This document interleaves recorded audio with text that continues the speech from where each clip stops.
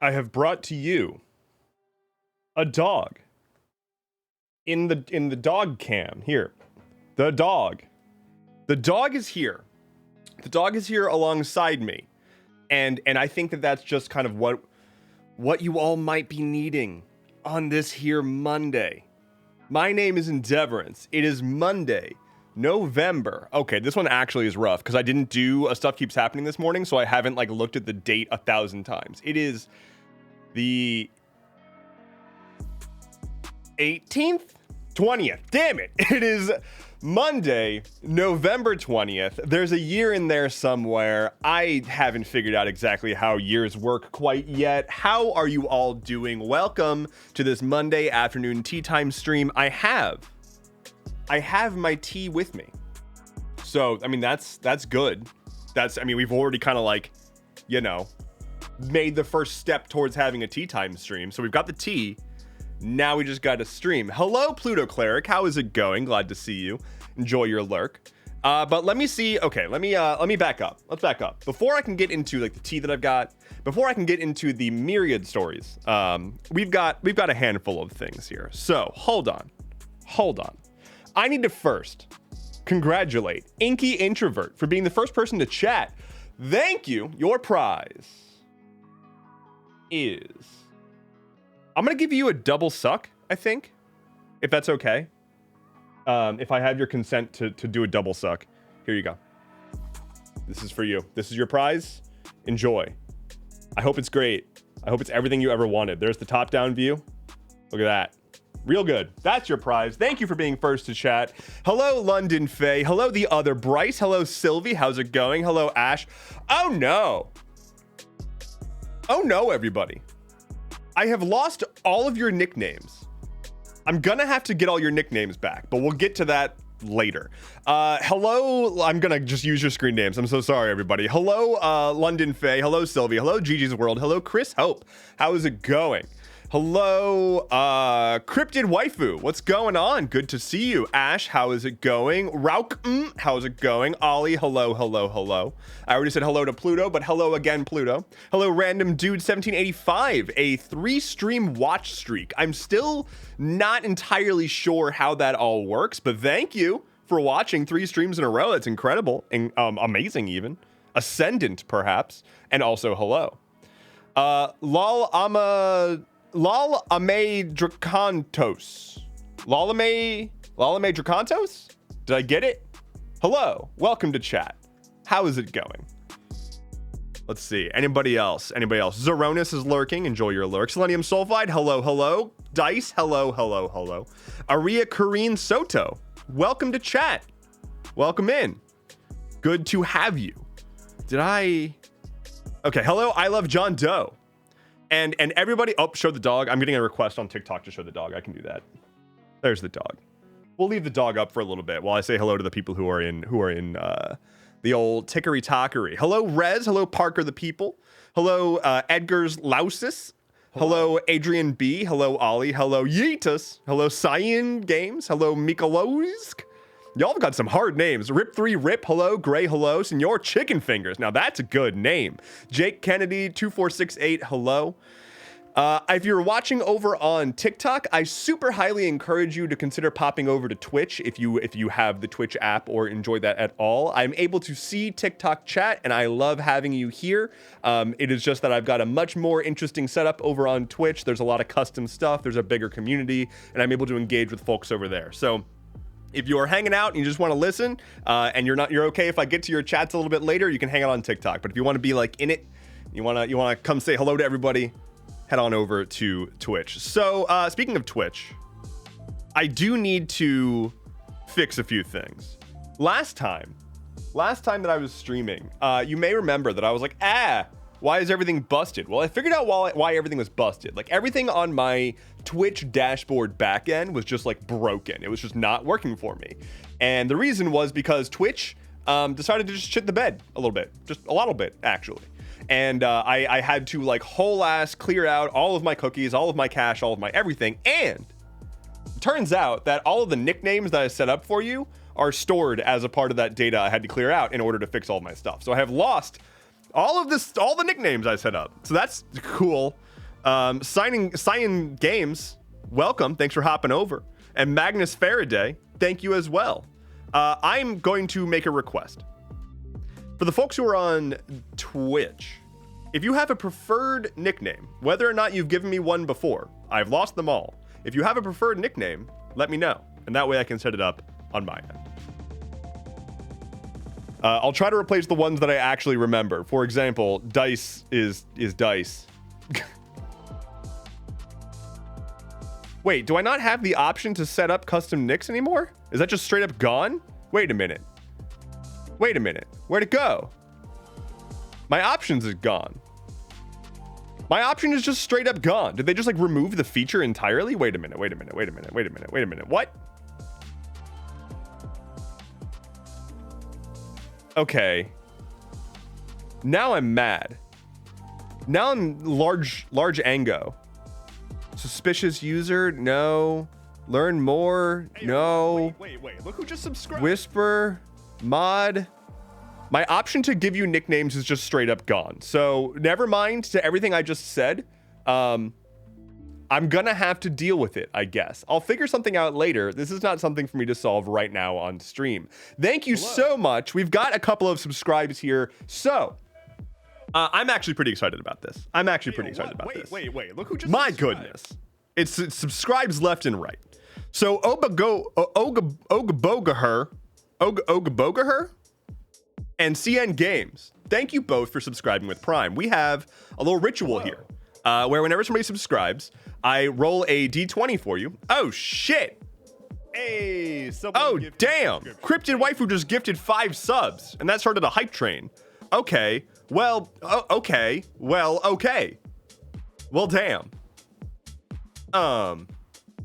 Well, fuck. Okay. So many things are happening right now. Thank you so much. We've got a lot of rolls to get through, like a lot of them. So here we go. Let's take a couple. Let's take a second. Let's regroup. We gotta regroup. All right. I'm getting questions about if the dog is still here. He is very much still here. We gotta regroup. So that was a hydrate. Thank you, Arya. Zeronis would like to consult the Vibe Cube. I'll get to the subscribe rolls momentarily, but so much has happened. And I'm just so excited to catch up on everything. So here we have the Vibe Cube. Hello. Let's consult it, shall we? The vibes have shifted to magenta. Check it. Here we go. Wait, let me switch to this. Okay. Check it. Bam. The lamp changes now. Haha.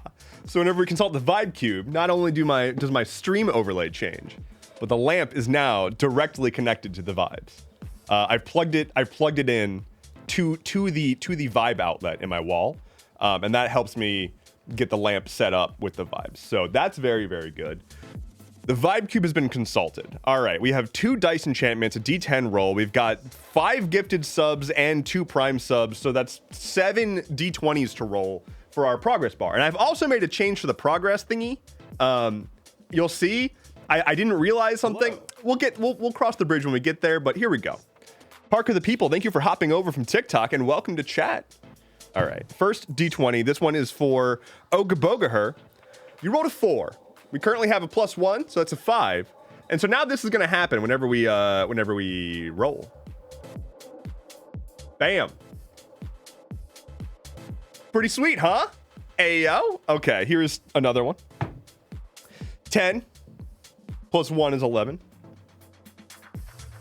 5 more. All right, as a 4. 7 +1 is 8. 17 +1 is 18. And a 9 +1 is 10. So, I think that's all of the subscribes. Yes. Oh, wait, we have enchantments. We have 2 enchantments in there that I didn't use. So I'm going to use those on, okay, well, let's see. I'm going to use that on the Sylvie D20. There's a 3 and a 4. Oh my God. Not the single greatest enchantment we've ever seen. I'm going to do one more just arbitrary roll because I forgot the other enchantments. Hello. Amazing. And that's a crit. Well, I mean, I'm giving you a free roll. I guess it still explodes? Then that's a 17. So that's a 37 plus 1 is 38. Boom. Praise. Very good. Okay. I believe we're caught up. Nope, there's a D10. D10. There's a 3. Plus 1 is 4. Now we're caught up. Beef. Beef. Amazing. So, what am I doing? Streaming. Streaming is what I'm doing.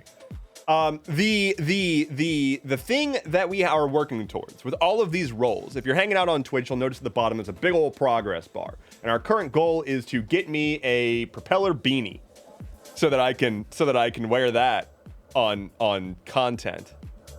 Which would be really good, and because I need to improve my image. I think I've got an image problem, and I think a propeller beanie would significantly help me. Hello, Diana. How are you, and how is it going? Amazing. I think maybe I removed an extension that gave me the ability to give you all your own nicknames. So let me see if I can like add that back, and if that like fixes everything. Let's find out. Going to refresh my dashboard and hopefully not lose literally everything. Okay, hey, your nicknames are back. Okay, your nicknames are super back. Wonderful. It was an extension that I had accidentally disabled, and now it's back. Now I have your nicknames. Now I've got everything under control except for we've got a D6 to get through. There's a 2 plus 1 is 3. Okay. Y'all. Dinah says gonna passively listen for a sec while I bring entirely too many things in from the car. I love getting entirely too many things. And that's typically what happens when I go to Costco. So I'm assuming you went to Costco. I don't actually even know. Do you have a Costco? Do they have that technology out there in Bend? Hello. All right, yeah, I've got nicknames back. So if I haven't previously given you a nickname, I can give you nicknames. I Love John Doe wants to be called Sunny. I can do that. Hey, yo, what? Wait. Look who just subscribed. Did we just get a subscribe? Hey, yo. We did. Garnet Moonstone. Hello. Garnet Moonstone. I'm going to do a little hop for you, but I'm going to do it way back here.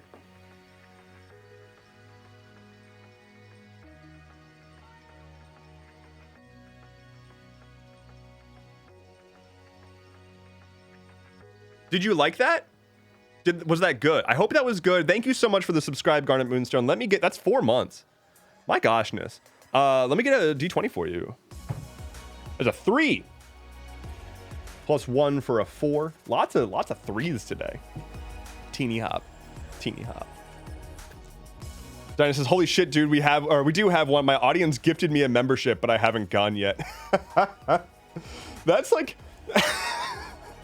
What a hell of a stream goal. I should set up a stream goal that's just like get me okay, well, chat picks which discount warehouse style grocery store I get a membership to between Sam's Club, BJ's, and Costco. Now I have my preference, but I'm curious as to what chat would go for. In fact, I'm gonna throw that poll up right now.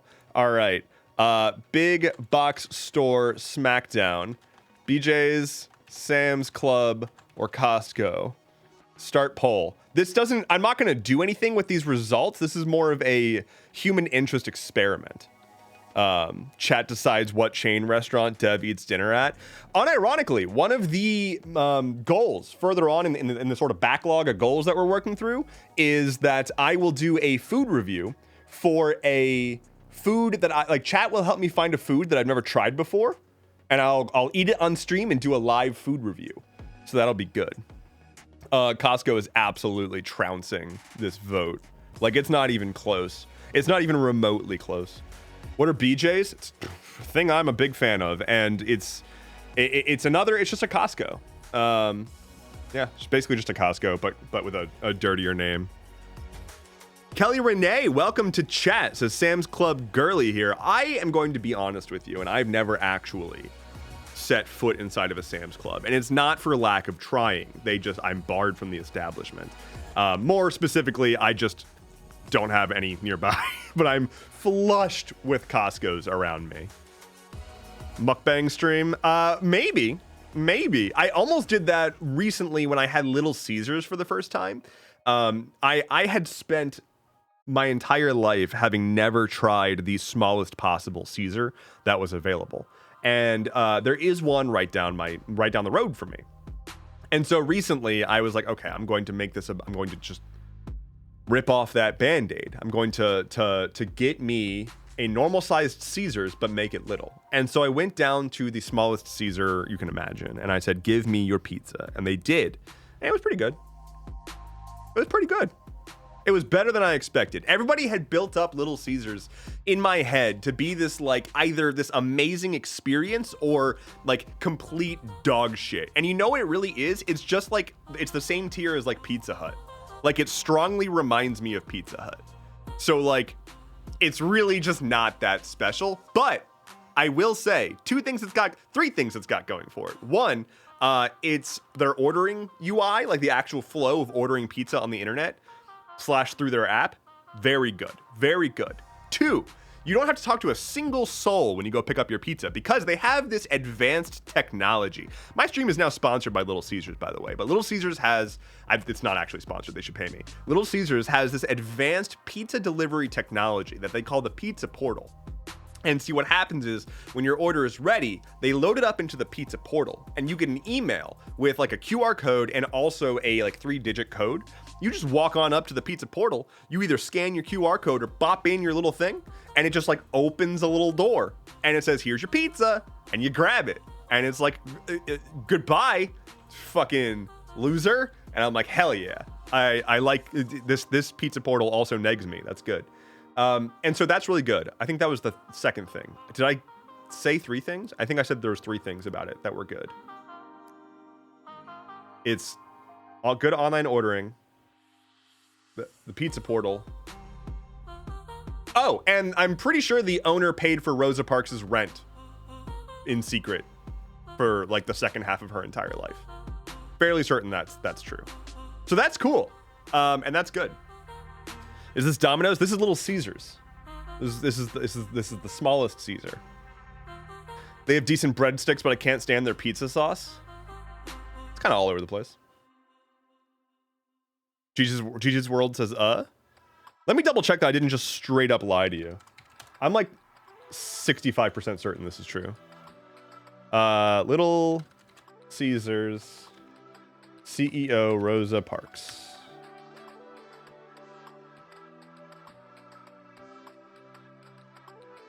Let's see.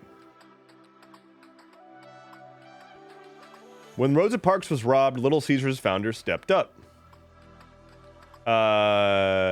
Founder of Little Caesars and owner of the Detroit Tigers and Detroit Red Wings died on Friday. Once paid the rent of civil rights activist Rosa Parks when she moved into Detroit in 1994.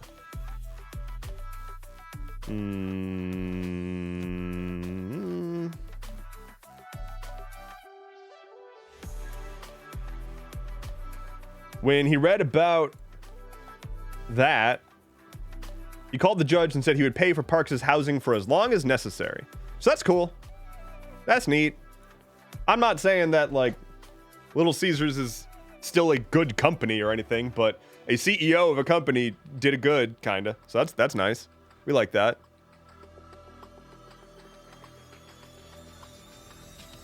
Over on TikTok, Chibi Detective says, hey, Endeavorance, what certifications do you have? Well, let me show you.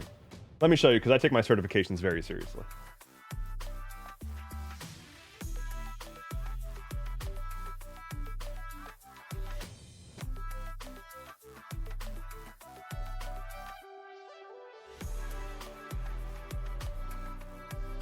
These are my certifications. I hope it helps.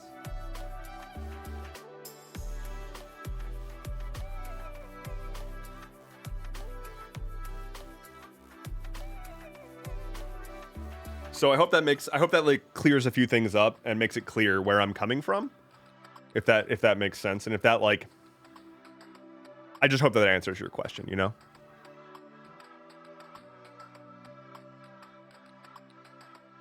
He's for those who are not aware, that is Flynn. This is Flynn, and he is the single goodest boy. Actually, I can clear up this issue. Hold on.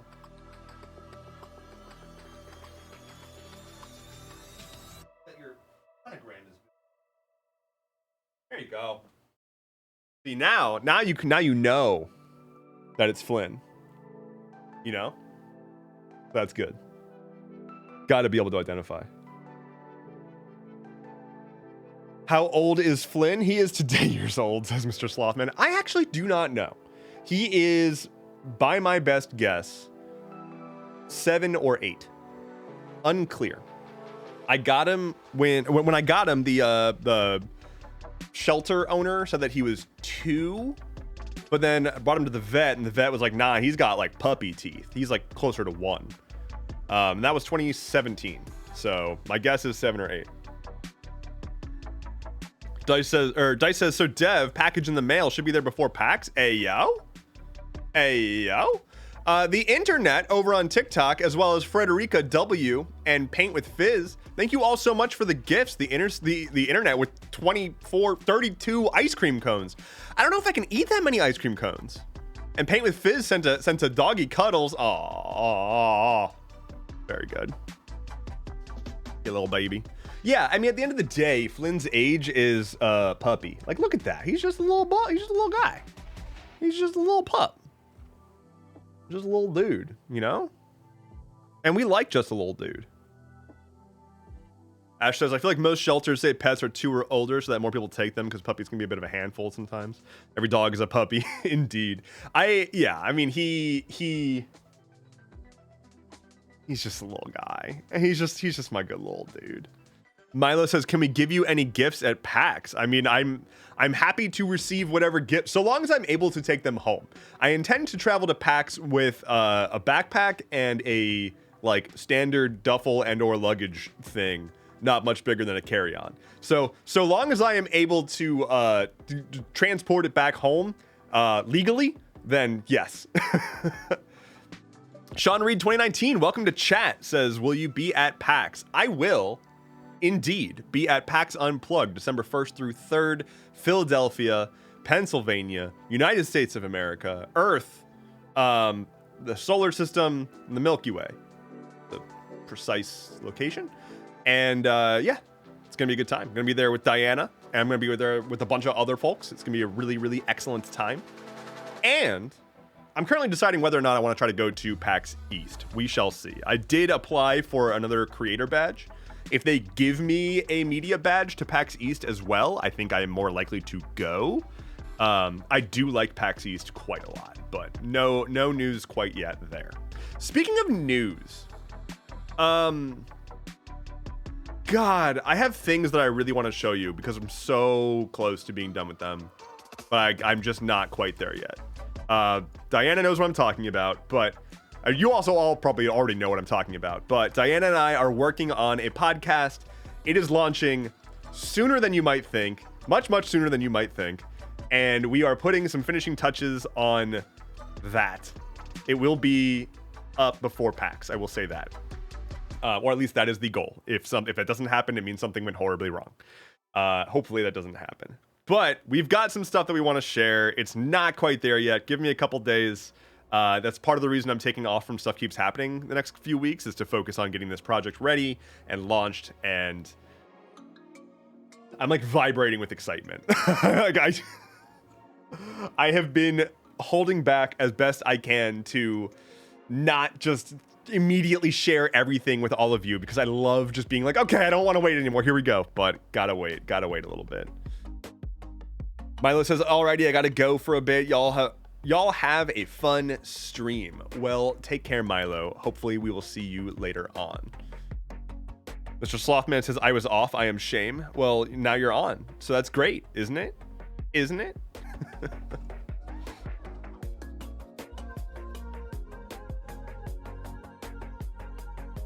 Catching up on chat. Dice says, you got a 30mm D20 along with your dice, and a surprise for chat, and color-changing glow-in-the-dark squishy D20s. What the hell? Yo, okay. I'm so thoroughly excited for that. Hell yeah. Thank you. Sean Reed says, thank you, sweet. See you there on the 2nd. Hell yeah. See you there. I will be, if you want to make sure that you are able to find me, the best way to do that is to join my Discord. Let me do that. If you join my Discord, I have a dedicated channel for PAX Unplugged 2023 for both. I will be announcing where I'm going to be at so people can find me. And then also anybody in my community who happens to be going can use that channel to organize meeting up, playing games together, doing whatever. So there's a dedicated PAX 2023 channel in my Discord. Be sure to be there if you are going to be hanging out. Hello, Nasty Creeps. Welcome. Good to see you, as always. Diana says, Dev is going hard on this podcast. We are fucking stoked. We have been doing a lot of behind the scenes work that like I said, it is unusual that I am able to keep this much stuff under wraps at once. And I will say it is deeply uncomfortable. It's going to be a whole lot harder when I get towards putting together the actual play series I'll be doing in the future. Chibi Detective over on TikTok says, do you enjoy tabletop games? I will answer that with a statement. I keep saying that. I will answer your question with an answer. Yes. And I'm actively working on a podcast in the space of tabletop games, and I'm actively working on a handful of new series on my YouTube channel, which are going to be actual plays. So 2024 is gonna be a big year. That's all I'm saying. Tree says, Dev being this excited and giggling is infectious. I am just, I'm so excited. I'm so excited. Dice says, you wanted purple and pink. I had the perfect color changing pigment for that. Color changing purple and pink dice is, that makes me very happy.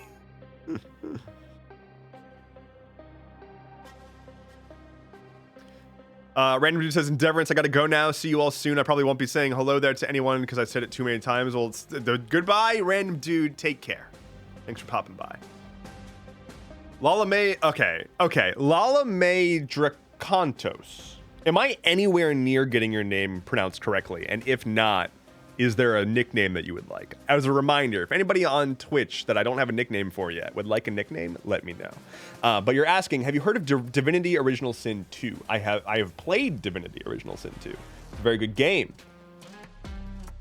Your Everyday Weirdo says, please tell me this podcast is going to be on Spotify. I need something to listen to when I work. Absolutely, yes. The podcast is going to be on every normal major podcast place where podcasts are normally found majorly. So if you're in a place where it's like, man, there's some podcasts here, I should listen to some of them, you should listen to the one that I made with Diana. God, I'm so good at talking. It's real great. Lola May Dracontos. I'm literally going to just do a nickname that, okay, I'm just gonna like make your nickname be the phonetic pronunciation of your name. Lola May Dracontos. Got it. Perfect. Consult the vibe cube. I can do that. Yellow. The vibes have shifted to yellow, y'all. Be warned. And act accordingly. The golden vibes.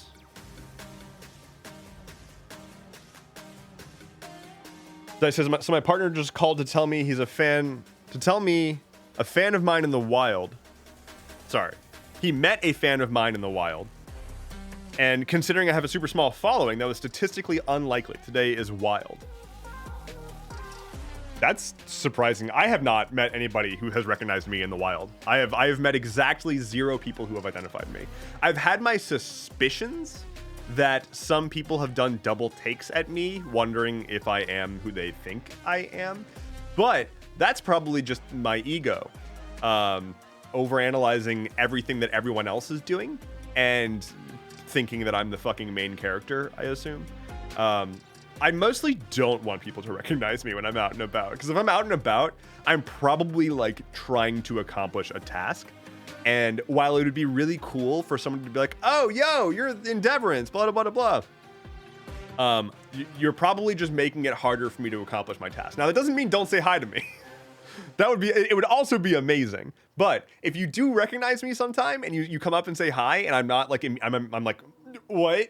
That it's most likely because I am in a different planet. My brain is not on Earth at that moment. And you are bringing me back to Earth. So it would take a second. Chris Hope says, I'm sure I would. I'm good with faces. Here's the thing. Is that you won't recognize me because I don't wear a beanie in public. Like, this is an on-screen beanie. That's not actually true. In the winter, I'm wearing this beanie like literally all the time. But usually, I'm not wearing a beanie. And so I think that goes a long way to prevent people from recognizing me. Also depends on where you live. Yeah, I mean, I'm also just like not... When I go into like the city proper, I think that's where I may have had some people do double takes, but... Oh god, the beanie is like your Superman sunglasses? Yeah. Yeah, I mean, like, check it and enjoy the dome. Get the emotes out, y'all. Spam those dome emotes. I look great without a beanie, but like, yeah, you're not gonna recognize this guy. You're not. Straight up. Said I'm good with faces. I feel like hair is part of face, you know? Is it not? Hair is basically part of face. Anyway, I mainly just, I don't know. The beanie is mostly tactical. Although it is very comfortable. Exabri, hello, says, can I ask you where you got your beanie from? And also, hi. Well, hello. I got my beanie from a company that should pay me, but I know that people are actually like curious about answers to questions like where did I get stuff. They should pay me, but the answer is Fjallraven.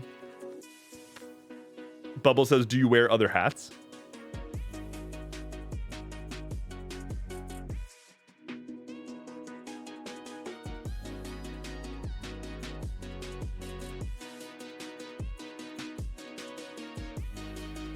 That's a polished dome. Impressive, Endeavorance. Thank you. Thank you. I put a lot of effort into making sure that my head is pristine. I actually got like a facial / head scrub recently that I'm really, really digging, if I am being quite honest. Although I'm running low on it already because I like it a lot. Army matey. Indeed. It's important to establish dominance with multiple hats. Yarg indeed. Yo ho, it's the cherry life for me. Ahoy there. Ahoy! I need to get like a tri-point pirate hat. I will tell you, I'll go ahead and spoil my own dang surprise. I have commissioned a second wave of dev emojis, similar to the ones that we recently got, like this guy. Bonk, like that one. I've commissioned a second wave of these emojis, and among them will be multiple options for pirate dev. So it's gonna be good. I'm looking forward to it. Your Everyday Weirdo says, I recently watched somebody complete Super Paper Mario for the first time, and I forgot how much that game makes me cry. That game is very emotionally intense for being so silly. Like, it's a Paper Mario game, so it's inherently like ridiculous, but it's also about like heartbreak and like failure to cope with heartbreak, so much so that you're going to just like end existence, and so you're causing like everyone else to face mortality, and it's just a lot. It's just a lot. That one level where like the world is actively ending and it's just like you're just there while the universe is being consumed, it just still sits with me. Asriel the Bulk, welcome. Thank you for the follow. Also, Red Bolt 362, thank you for the follow. I missed that earlier. I missed a bunch of follows, actually. Hold on. Sean Reed, thank you for the follow. Parker the People, thank you for the follow. Kelly Renee, thank you for the follow. CN Games, of course, thank you for the follow. Ash Winter, thank you for the follow. Lalame Dracontos, thank you for the follow. Okay, I think that's all the follows that I missed. It's so sad. Yeah, like if you're not familiar, the plot of Super Paper Mario, and I'm only going to spoiler alert, if you don't want to hear the plot to a over decade old Wii game, mute my stream until I start doing this with my hand, which is the sign for I'm no longer talking about spoilers. Here we go. 3, 2, 1. Here we go. Spoilers. The plot for Super Paper Mario is, I already spoiled it, like the world is ending. There's a bad guy. It's not Bowser, and he like is super sad because he like had heartbreak, I think, and the sort of like Navi character, like the little guide character that joins you for the journey, is a like version of his like ex who got turned into like a pixie, kind of. Quite literally, they're called like pixels.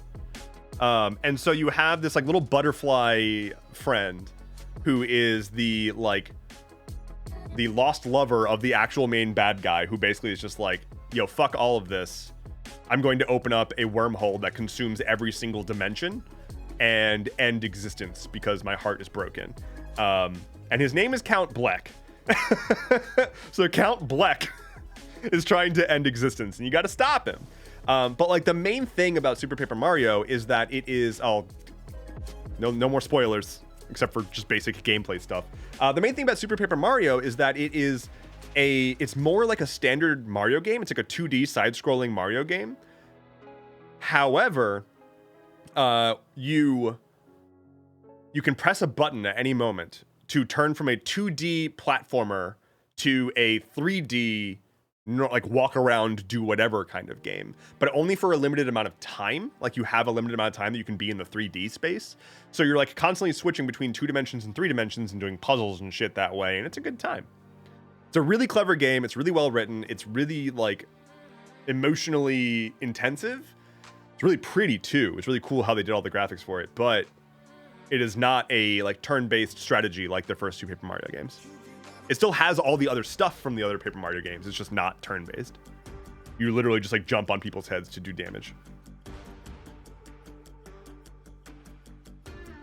All right, I'm gonna take these hats off. And now that I took the hats off, I think it's time to ride the roller coaster. So please keep your hands, feet, and this image of Flynn that's in the corner inside the vehicle at all times as we ride the roller coaster. Here we go.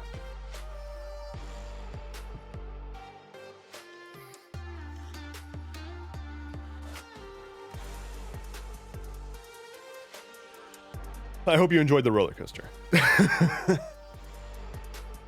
Evelyn over on TikTok. Hello to you as well. The roller coaster is when I change my desk from standing to sitting. It's a hell of a good time. I need a roller coaster emoji for y'all to spam during the roller coaster. Hey, yeah, Tree has already got there. You're way ahead of me. Being Tija. Hello. Thank you for the follow. Tiny wee. So, I have, oh, wait, London Phase says, Endeavorance, is there a game that you have wanted to play for years and just don't? Like things get in the way or new releases or whatever? Yeah. I mean, I don't know about years. Well, yeah. Almost all of them. So, Baldur's Gate 3 is one of them. I started playing and then immediately had to stop, basically, because my goodness, just too much is going on in my life for me to keep tabs on that game. I want to play it more. It is so good, and I've had a lot of good times playing it so far. Also, it is a life dedication, and I have a lot going on, and I just do not have time to sink 8 hours a day into Baldur's Gate, which is like kind of what it requires. Tears of the Kingdom, I have barely touched, and frankly, when I started playing it, I was like, wow, this is objectively an incredible game. I have no interest in playing it right now. And again, it just, a lot of it came down to like, this is huge, and I just don't have space in my life for this right now. And so I have found myself leaning more towards things that like it really doesn't matter how long I play or don't. That's part of why I've latched onto Palia so much recently. It's part of why I want to play Hades some more, or at all, again, because it's like pop in, play as much as you feel like playing, pop out. Sylvie says, BG3 is too much for me to handle, too much depth for my nervous, spicy brain. I like depth normally. It's just that I just don't have the space right now. Like, I don't have the mental space and, like, schedule space to feel comfortable sinking into stuff like that. It's like I feel like I don't have the security to do that, and so I'm not. Tears is really good, but my brain refuses to let me beat it until I'm strong enough. BG3 requires or demands a lot of mental bandwidth. Yeah, and I've noticed that. I mean, I've been over the past handful of years just like playing less and less games, not because I like games less. Like, I still love gaming. It's just it's hard. It's hard to find the time, and it's hard to have the focus. Especially if I'm able to focus, I would like to be productive. If I can't focus, video games is usually why.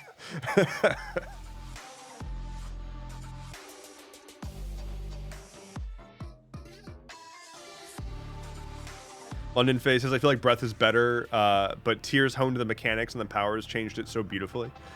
Tears of the Kingdom is an objectively, it's like a marvel of engineering. It is incredible that they were able to make that game on the Nintendo Switch, which has like the processor of a phone that was already out of date when it came out in 2016. So that's like an almost 8-year-old console, and it was not even a good processor when it came out, and they released Tears of the freaking Kingdom on it in 2023. Holy shit. Evelyn says, you honestly sound like a narrator or someone on a podcast. Are you on a podcast? I am about to be. I have a podcast coming out very, very soon. Announcements to be made like this week for the podcast to be coming out very, very soon. I promise. The only reason that like that announcement's not happening today is because I'm here. Otherwise, I'd be working on it. London Face says, I'm consistently amazed with the power the Switch has, considering the lack of power it has. It's not, though. But, like, it is. It's mostly that, for at least Nintendo games, they spend so long dialing it in and, like, trying to make the most optimized experience they can because they need it to be good. And they need to be able to ship impressive games on such bad software. So their games are usually, like, hyper optimized. Not always, especially Pokemon, but typically they try. And even still, you can see when the Switch is chugging. It's impressive that they've been able to release as much as they have on the Switch, but it desperately needs a refresh. It needed a refresh years ago, and I think COVID kind of threw them for a loop there. Diana says, I will say, as a content creator, I'm also too busy for a massive game like BG3, which is sad because I was hype about it for years. So I started streaming it. It's slow going, but it's the only way I can feel good about taking time to play. I was also streaming it when it came out. I just can't wait that long in between sessions. And also, like, I can't sight read a game very well while being entertaining, which is part of why I've mostly leaned towards playing games that either I know how to play them, or it's not going to be a problem for me to, like, learning how to play them is the point. So, like, Inscription, I'm looking forward to playing because you're supposed to not know anything about that game. That's part of the game. But, like, a game like Baldur's Gate, where it's, like, so mechanically heavy and intensive, it's difficult to be an entertaining stream while reading a textbook-sized manual on how to play the game. Hello, Seth. Seth says, hi, Dev. How goes the stuff? The stuff is pretty good. I didn't do a Stuff Keeps Happening this morning, and I gotta say, it's a lot less stressful to start the week without having to do that. But that's why we take breaks. I need to take more breaks in general. Like, I have been doing Stuff Keeps Happening without, like, pretty much, I've had like a couple of maybe 1 week breaks, but pretty much for the past more than a year, I think, I have been doing Stuff Keeps Happening First, I was doing it every day of the week. I don't know if people remember that, but when I originally launched it, it was every weekday. And I dropped it down to Monday, Wednesday, Friday. And I've been doing that schedule for the vast majority of this year. And half of this year, I was also working a full-time job. I left that in June. So I really should have taken a bigger break after leaving that job and like give myself a chance to recover, but that is not what happened. Tree says, I don't know why I did this, but when I got the Switch when Tears came out, wanted to follow the Zelda hype, but I quickly learned that it's just not for me and not a lot of options on the Switch, sadly. That's surprising. I'm not sure what you mean by not a lot of options on the Switch, because the Switch has a lot of games. Like the Switch game library is gargantuan, especially indie games.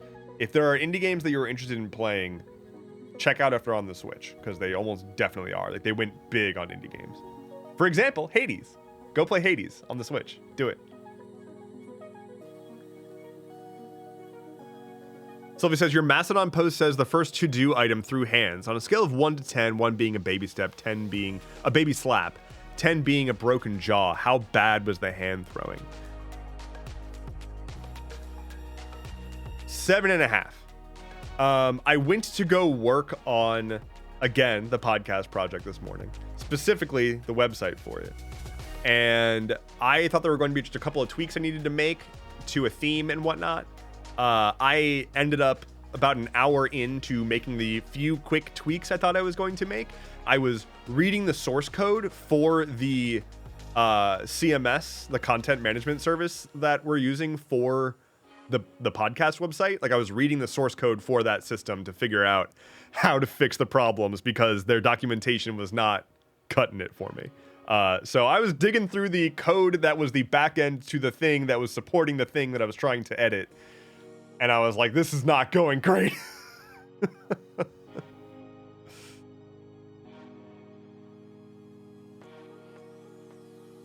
Diana says Untitled Goose Game alone is worth a whole console. Goose Game is really, really good. And I was actually just thinking about this the other day.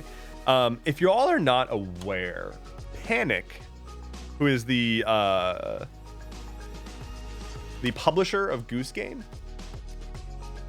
they are very cool. So this company, Panic, they're weird.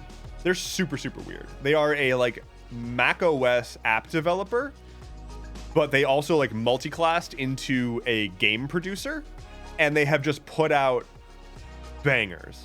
Look at this. They put out Firewatch. They put out Goose Game. They put out that donut one. Yeah, I don't know what these ones are, but like they just keep bringing 10 out of 10s to the table. If you haven't played Firewatch, maybe I should do that on stream, but play Firewatch. Holy God, it's so good. That's what my like, go play Firewatch. They also made this, it's called a Playdate. I have one. I could go get it, but it is not out here with me. This is a handheld gaming console that is centered around people being able to make their own games too and like share them. But it's a black and white. It's intentionally weird. It is a black and white screen. It is low resolution. It has a crank on the side. Like, it has a crank. There just is a crank on the side that you can pull out and crank. That's one of the controls. And it's just weird. It's just freaking weird. It's $200. It keeps a charge for a long time. You throw it in your pocket and have a little mini game console in your pocket. It's pretty sick, I will say. And a lot of the games, all the games on it are very, very, very cute. It gives me the same vibes as like, remember the TI like scientific graphing calculators that you could pass games back and forth on? Like you would bring it to school or whatever, and you'd have like the link cable and you could like connect them and like transfer the games between your calculators or whatever. If you didn't have that, I'm sorry that your childhood wasn't incredible, but yeah, it's a lot like that. It's a lot like, I've got this dinky little game. Here you go. And they've got like a serious game like development kit for like actual studios to make impressive games on it. But also they have like a DIY, like make a silly little game that is just like a web browser app, and like anybody can do it. Diana says, y'all played games on those? I was just a nerd who did my homework. Nah, I did some homework, I guess. But I had that thing that was like a whole sub operating system that you installed on the calculator that then had like its own games menu. So I had like Phoenix, which was like a vertical shooter kind of thing. I had like a shitty Mario knockoff. I had like a Mario Maker app, actually. Like I had a game that was Mario Maker. You could like make your own shitty Mario level, knockoff Mario levels. It was pretty dope. I also got really into programming on the calculators. Like it has a whole programming language built into it that you have to like literally type using the buttons on the calculator. And I learned how to program on that calculator and built entire games on it as well because I couldn't help myself. And yay, hyperfixations.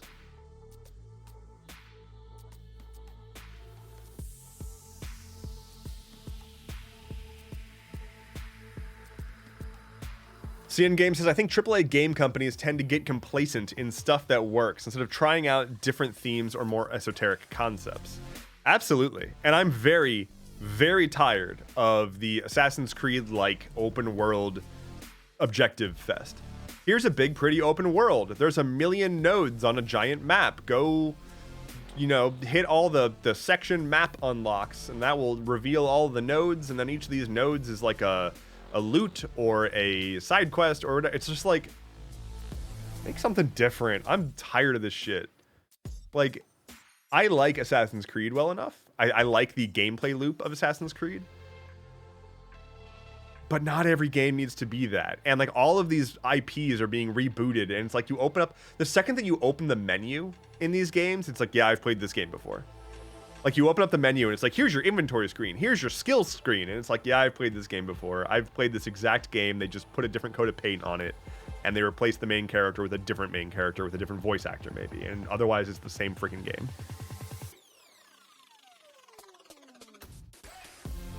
Tanner says, I love open world exploring. That's why I like Red Dead. I can just get on my horse and go pretty places and chill. Red Dead 2 is an incredible example of how to properly do an open world game. And like they really, really, really knocked it out of the park. They made it feel great. And like the level of detail they put into all like the NPCs that like, are actually doing things in that game. The fact that you can like monitor the construction progress of like NPCs building random houses in places, and they like actually build it over time. Mind-boggling. Love it. Like Red Dead, have y'all ever seen that thing where in Red Dead 2, they put so much effort into like making that game quote unquote realistic that if you hogtie somebody and throw them face down in shallow water, they will actively try to lift their head up out of the water to prevent themselves from drowning. That's wild. Also, horse testicles grow and shrink based on the temperature outside. Like that's a level of detail that I appreciate in Red Dead. If your game doesn't have dynamic horse testicles, then what's even the point of playing it? Is it even really a video game at that point? Sylvie says, I prefer open world games, to be honest. I don't really think about the feeling of space. Great for me to dissociate and chill. I am fine. Open world in general is fine. It's when you open up the menu of the game and you're like, this is just an Assassin's Creed knockoff. That's the feeling that I'm tired of. I'm tired of opening up another game and it's like, this is just Assassin's Creed done slightly differently.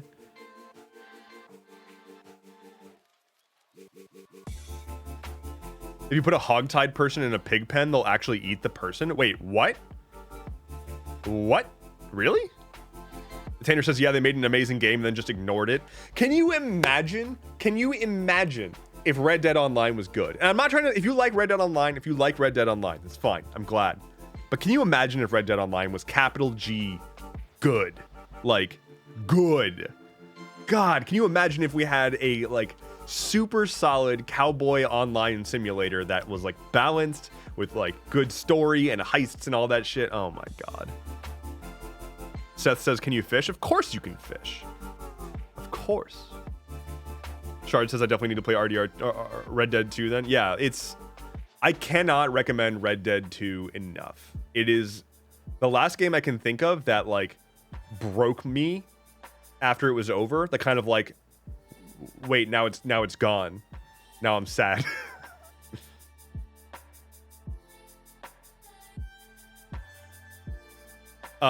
Gigi's World says, what do you think about the Horizon series? See, that's a hard one, because like it's sort of a middle ground where like, yes, like I think Horizon and Ghost of Tsushima are both very much of that variety. Same with like God of War. The newer God of War is almost, but God of War is more of an adventure game.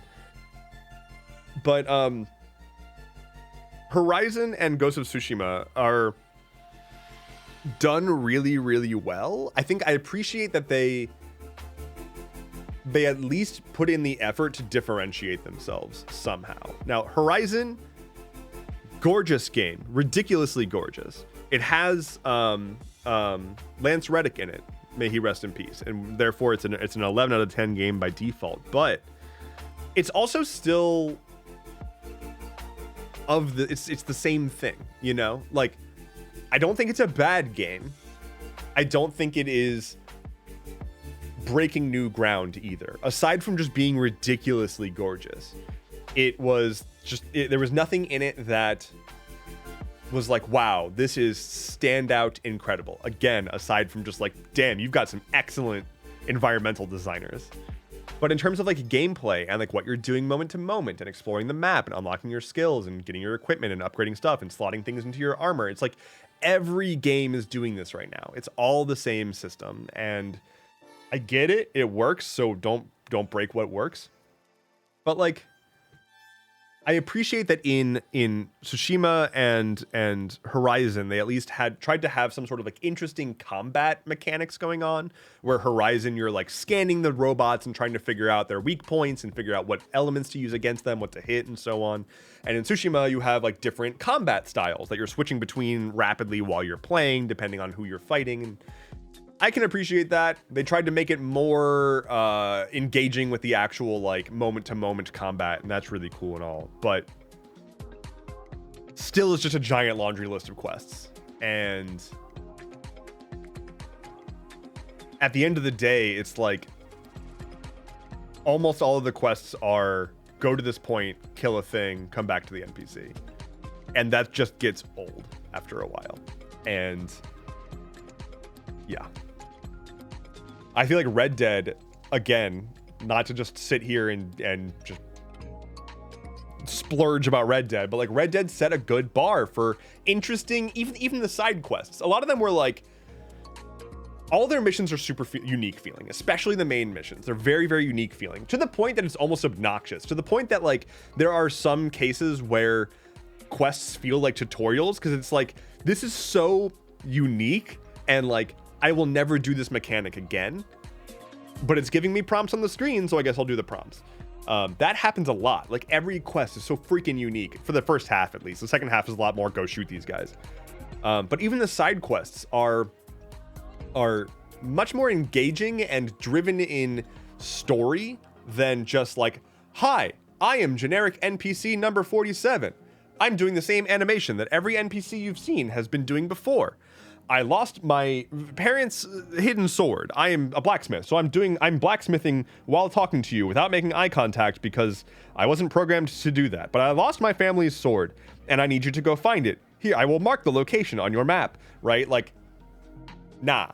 In Red Dead, you've got really early on, you go into a bar, and there's a whole like cutscene where you sit down with this guy who's like trying to interview some drunk gunslinger who's being completely useless. And they give you context about, here's this character who's writing a book idolizing famous Western gunslingers, and he's got like a list of people he's been trying to interview and get information about, and he's not able to get anything on these people because they're all like drunks.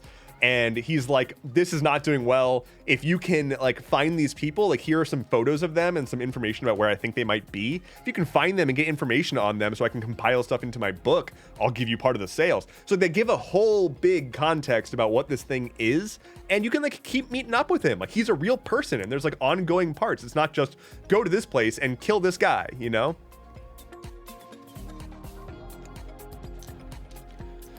Diana says, I'm a slut for games that don't just have 100 Radiant quests that are all the same thing in different fonts. Yeah. I mean, I liked that Skyrim tried to do the, like, you know, you can just keep playing this Radiant quests forever, but like I think they kind of broke people's brains. Developers specifically. Bubble says, do I need to play RDR 1 to understand RDR 2? You do not. As Sylvie said, it is a prequel. It is very strictly a prequel as well. So I had not played RDR 1 before playing 2. I did not miss a beat. The only thing that playing the first game I think adds to the second game is you will immediately know some of the main characters and why they're like important in the plot. And the post game of Red Dead 2 is essentially, if you could imagine, a pre-game of Red Dead 1. Like, it sets up immediately what happens in Red Dead 1, but it's like you can keep playing as long as you want in the post game. It's just like if you had played RDR 1, you might be like, oh, I get it, I see what they're doing here. But really, you don't need to play the first game at all. The main character in RDR 2 is a completely different character that does not even appear in Red Dead 1. So yeah, like the character you play as in Red Dead 1 is NPC in Red Dead 2. Ash says, I didn't enjoy the 10 minutes I played of RDR 2. Well, then I don't know what to tell you. It is, I would say try playing more, but like if you're not digging it, then there you go. That's fine. I don't think it's fair to tell people that they should spend more time trying to like a thing that they don't like at the moment. The opening is definitely kind of slow, but it's just the game itself is, treat it like it's a TV series. Like, it is a slow burn, and it's kind of like that on purpose.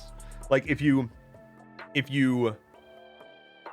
have to view the entire opening as like a boring opening to a movie that is setting the stage. You are not a rootin' tootin' cowboy for a while. Once you get into like the meat of chapter 1, from there on out, you're rootin', and you also frequently are tootin'. But up until then, like, it's definitely like, here is this cast of characters. We need to introduce them because like their inner dynamics are the point of the story. And so we need to take some time to establish that and establish the predicament that they're in and give you a sense of, I think the opening does a great job of showing you like, this game is not going to give you affordances to just bypass shit, because you are part of the struggle these people are feeling. And I think that's pretty cool. Ash says, I don't mean like the story is slow. I mean like me moving is slow. Yeah, that's exactly what I'm saying. You are literally like in the opening sequence, they are trapped in the middle of a blizzard and they're like lost somebody and you're trying to go find them. It is dark, it is cold, it is windy, and it is snowing up a storm. There's wolves chasing you and shit, and you're trying to drudge through feet of snow while finding a lost person, and also like trying to safely caravan dozens of people, including women and children, through hostile territory, basically. And it is like, it's intentionally slow. Yeah, you definitely move slowly, especially during the intro, because you're walking through thick snow. And I totally get it. Like, 100% I understand. Like, I remember starting the game being like, this does not feel good to play. It feels mushy. The controls feel mushy.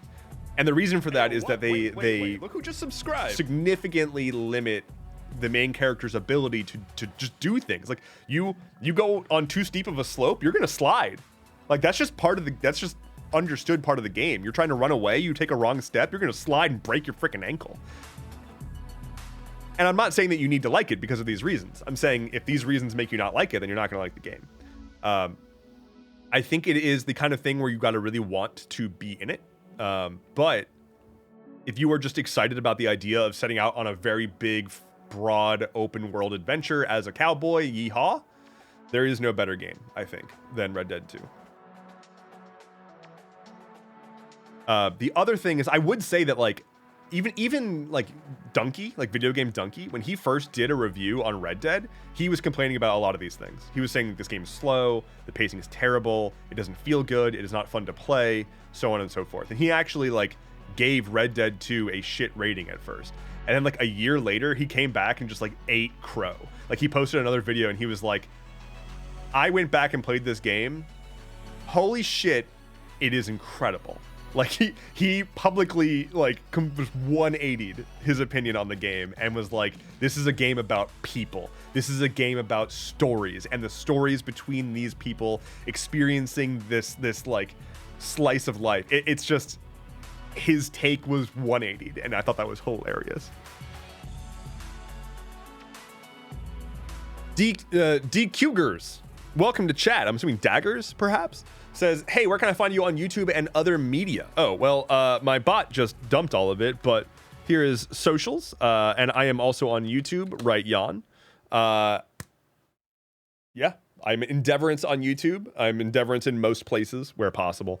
I'm still mad that I'm underscore Endeavorance on Twitch and Instagram. I hate it, and I'm planning on changing it, but I need to pick a better one first. Just annoying that somebody has parked Endeavorance and I'll never be able to get it back. Ash says, I think I should at least give it another chance, as I think every game I play always deserves a second chance and maybe even a third chance. I would recommend it. If you want a big open world solo adventure, it is excellent. It's really, really, really good. The storytelling is great.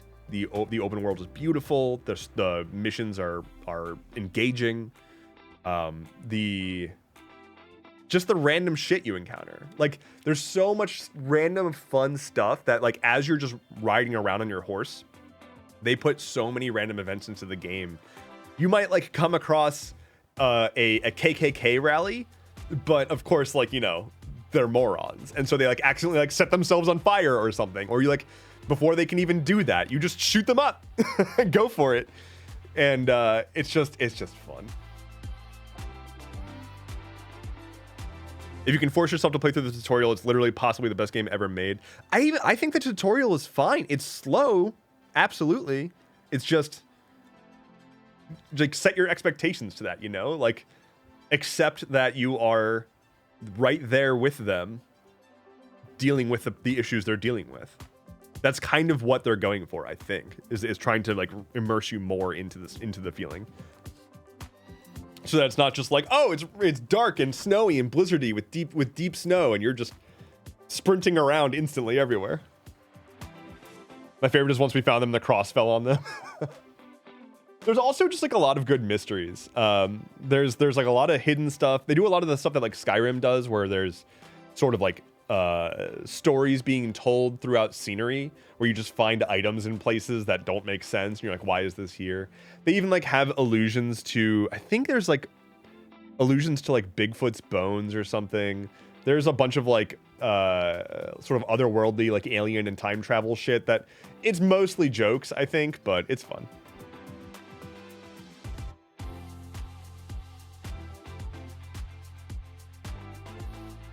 But where's Bonnie's farm?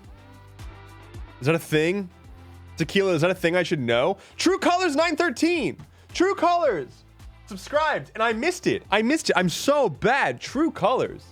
Thank you so much for the subscribe. That is 2 months. Let me get you your D20 roll. And we are still at +1 to all rolls for this stream. I rolled out of the thing, and it was a terrible roll, so I'm going to re-roll that for you. That was the exact same roll. You got a 3. Fate has willed it. 3 + 1, that is a 4. Thank you so much, True Colors.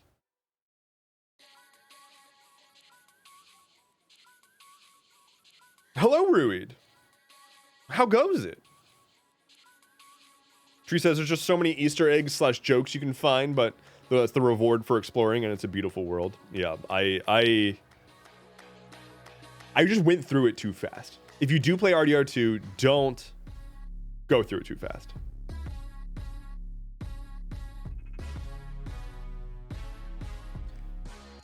RDR1 starts with Bonnie McFarlane. She says that she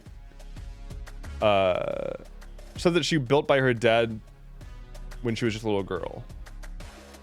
At the time she was telling you she was roughly 30 years old. Wait, what? RDR1 starts with it. Okay, yeah, I didn't play RDR1, so that is just lost on me. I'm so very sorry. Like, completely sorry. Hydrate. London, I can do that. What's my tea looking like? I finished my tea. Oops. Shit. We need to vote on some more music because we're on the last song of the playlist. So, let me put up a poll. New poll. Next playlist. Jangly, synthwave, or digital? I will get more eventually, I promise. I'm a busy man. Please vote.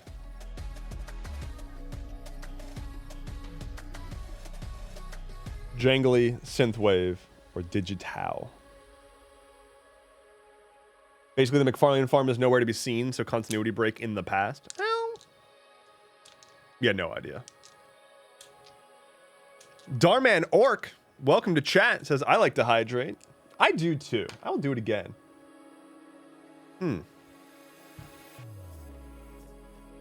Jangly is currently winning. It's Jangly versus digital right now. Jangly because Christmas is among us. Christmas is among us. D6 roll redeemed by Ruid. Let's see. 1 + 1 is 2. It's slow going today. Everybody's getting these 3s, these 1s, these 5s. Ollie says I always vote Jangly because I don't know what it means. Jangly means like, well, here. Once the song is over, you'll hear it. But mostly it just means like acoustic folky is what I'm going for. Consult the vibe cube. Yellow. We remain yellow. Cutie Queen has done a D20 roll. Okay. Here we go. That's a 19. +1 for a dirty 20. Whoop. All right, here's the jangles. Enjoy the jangles. Now that I know what jangly is, I like it a lot. Well, now we jangles. This is Bojangles. Well, hello, welcome to Bojangles. I'm Endeavorance. Can I take your order? Enchant the dice from your everyday weirdo. The next D20 will be rolled with advantage. And a D10 from Seth. That is a 10. It says 0, but I promise it's a 10, which means it explodes. You got 3. So 13 + 1 is a 14.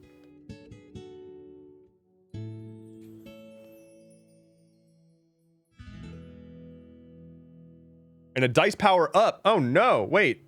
Hold on. I'll get you that extra +1 and then... All right. All dice are now +2 for the rest of the stream.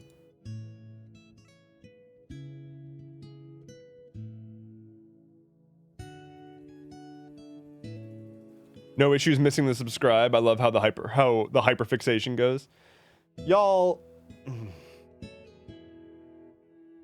I struggled this weekend. The medication that I'm on for ADHD is a stimulant. So it's an amphetamine, right? It's a very low dose of amphetamine. And while it helps immensely, when on weekends, I have been trying to not take it because that helps keep your tolerance higher, and it gives like an amphetamine, like any other like stimulant, like coffee or caffeine, I should say. It does a lot for I'm having a hard time with words. It does a lot for your heart. In a bad way. It puts a lot of extra pressure on your heart, right? It risks blood pressure increase, which means that your heart has to work that much harder. And so I want to not burn my heart out. I want to have a functioning heart. So I'm trying to take breaks here and there, keep my tolerance lower, etc., etc., etc. And boy, howdy, is it hard. Like, it is difficult to get through the day without the meds at this point, because I know how much nicer it can be when I'm actually able to exist. And when I woke up on Saturday, I woke up at 6 a.m. for no good reason. And my mind was just going a billion miles an hour. I didn't want to be up at 6 a.m., but I was up at 6 a.m. And I was just trying to roll over, fall back asleep. It wasn't working. And so I acquiesced to the fact that I'm awake, might as well get up. I got up. Flynn was like, what the hell are you doing up at this hour? I let him out. I then proceeded to produce a video by 7 a.m. And then I was like, I'm going to clean my house. And so I cleaned the whole house. I did like all of the normal chores that I would do over the course of an entire weekend in like 3 hours. And then it was like noon or whatever. And I was exhausted. No, it wasn't even noon. It was like 11. And I was exhausted, like done for the day. I was ready for bed. And I was like, oh, I didn't stop myself ever. I just kind of like kept moving and didn't regulate whatsoever. And now I'm here. And so I spent basically all of Saturday just trying to like fast travel to bedtime because I was useless for the rest of the day. And then I spent all Sunday trying to prevent myself from getting back into that same state. I like found myself out front raking leaves, and I was like, I had the intrusive thought of like, I'll just rake all of the leaves everywhere. And then like, as I was going to start doing that, I had to like physically stop myself from overexerting energy so that I could like actually be a person at all. It's rough. I dropped to die. I dropped. Bubble says, I saw your threads. I was concerned. Yeah, it was a lot. Saturday was a lot. Sunday was a little better, but God, it is brutal. Ruid with the watch streak. 5-stream watch streak. Hey, yo. I'm tempted to make a tavern called Giant Bite, and it's a mimic. Lol. Also 5 streams in a row. Yay. I like where your head's at, because I have a long backlog of businesses with stupid names that I have been tormenting my friends with forever. It started with, and unfortunately the technology has progressed past the era where this is necessary. But if you remember, back in the olden times, when everybody had hard drive disks, you know, the physical hard drives that spin, the plate that spins. So on hard drives, as opposed to solid state drives, on hard drives, the data on the hard drive itself is like physically located in different spaces on the platter, right? And so a thing can happen essentially where the data is all kind of like all over the place, and the physical head that reads off of the disk has to move to read the data. And so there is a process you can do called defragmentation, where you have the hard drive like optimize the location of all of the data physically on the hard drive. You defragment it so that it can run a little faster. So there were like defrag programs out there they were called defragmenters or defrags. And my first idea for a business was to create some software that was just a standard disk defragmenter software, but it played an animation of a dragon burning away all the inefficiencies of your hard drive. And it would be called the Defraggin' Dragon. And that is the entirety of the idea. It would do absolutely nothing differently from every other disk defragmenter, except play a nice animation of a dragon breathing fire on you. So that's important. I also have, for a long time, wanted to open up a... Oh, God. I wanted to open up a premier wonton and dumpling restaurant called Guantanamo Bay. Maybe make it jail themed. So if you want to come to my premier Chinese restaurant, Guantanamo Bay, you are welcome to come by. I also had I wanted to open a liquor store on Route 40 nearby where I was going to college. And it was gonna be a liquor store that exclusively sold 40s, and it would simply just be called 40s on 40. So that's important too. I have so many more. I'm trying to remember some. Guantanamo Bay is among my favorites though. Wonton for murder. The one that's too easy is pho. Right, like those all already exist. All those restaurants are already like hilariously named, like Pho King and like fuck you or something like that. Petition to make these fake businesses be for our first fake podcast sponsors. Hell yeah. Hell yeah. Sponsored by Guantanamo Bay. Wonton destruction. If I find the trove of all of those dumb ideas somewhere, I will share as many as I can, because there were some good ones in there. There's a faux king near me, yeah. God, Fuzz so good. True Nerdy Chef, thank you for the follow, by the way. Thank you very much. Welcome. Thank you for being here. Wonton of joy. God, I haven't had good fun. I'm... Two stories, because I'm mad. I'm mad. Two stories. One, there was a really great... I've already told this story before. I'm gonna tell it anyway.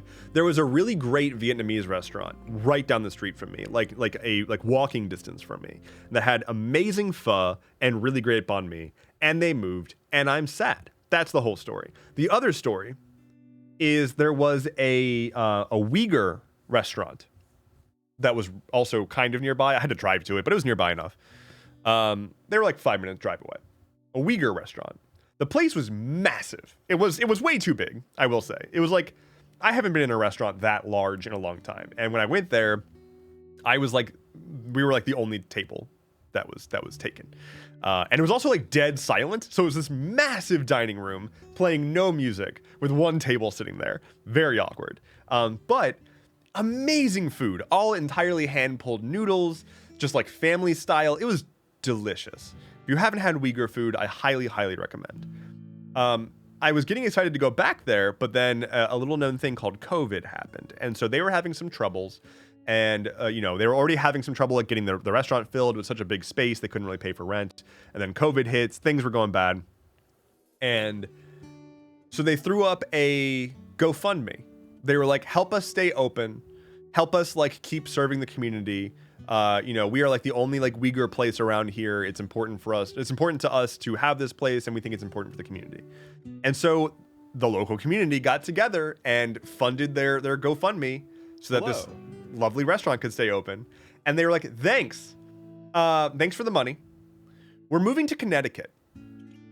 For context, I don't live in Connecticut. That is not the state that I am in.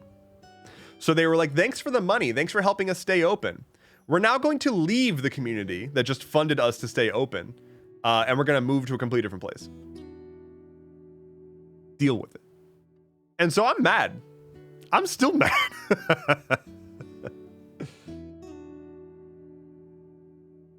Just noticed the dog in my background. My video quality is very bad. Well, here you go, if it helps. If it helps.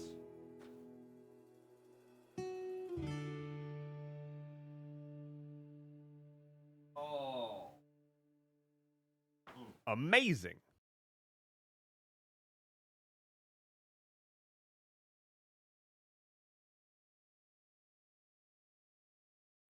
Hey, yo.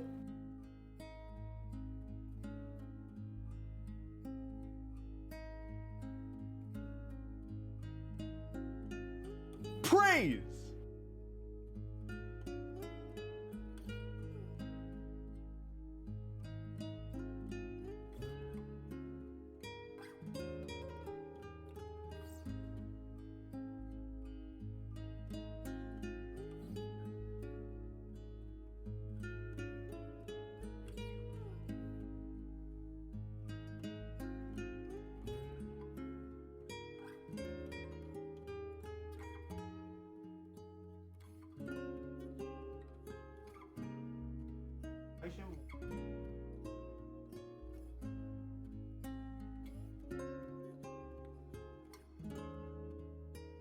There we go. Now he's nice and warm.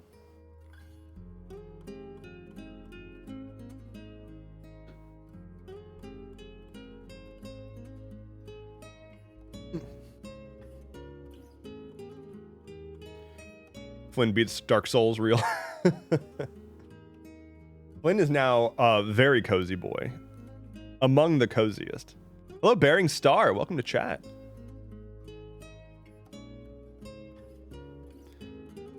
The tucking in, too precious. Time to sit down, eat my shift meal, and watch this doggo. Thank you for the follow, Bearing Star. Welcome, welcome. Good to have you.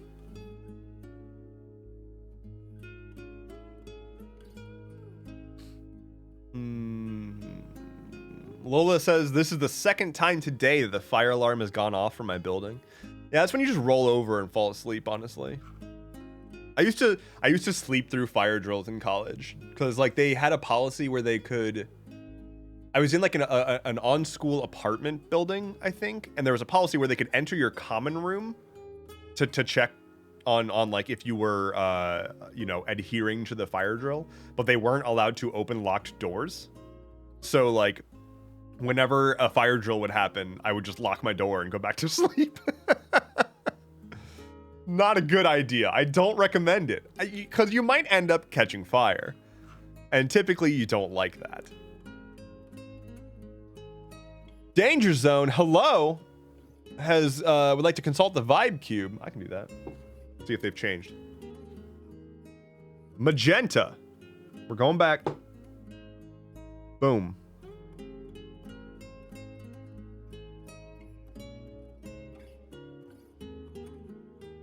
At least you stay nice and toasty. Burn with a clock. Yeah, you don't have to, you don't even need your blanket. Just sleep through the fire.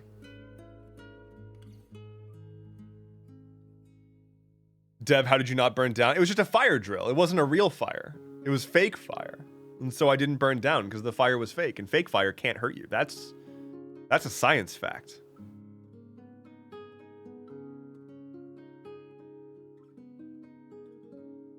Oh yeah, you got the light bulb? Yeah, that. Oh, I also did this. I now can like press a button to go into gamer mode, which is sick. But we're not in gamer mode right now. We're in this mode. And now I need to reset the vibes. There we go. Okay.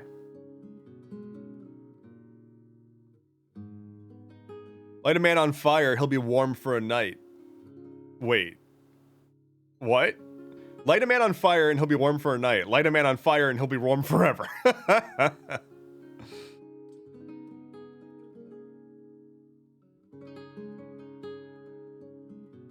Tequila Salai says, back in college, I was really into Rage Against the Machine, especially that one track, Sleep Now in Fire. Sleep Now in the Fire. That sounds like that track was written about me. Ruben says, Dev, do you know the story of Amo Koivunen? I do not. Avo? What? Should I? Is this a thing I should know about? Wait a minute. Amo Koivunen is a Finnish soldier. Hold on. Look at this. That's an intense lad right there. Was a Finnish soldier. Was the first documented case of a soldier overdosing on meth. The Finnish meth soldier.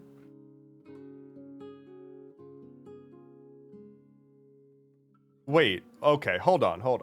I'm gonna, well, first of all, let's fix your eyes here. All right, I'm gonna read this. Because it's not a very long article. Koivunen was a Finnish soldier assigned to a ski patrol on 15th of March 1944, along with several other Finnish soldiers. 3 days into their mission on the 18th of March, the group was attacked and surrounded by Soviet forces, from whom they were able to escape.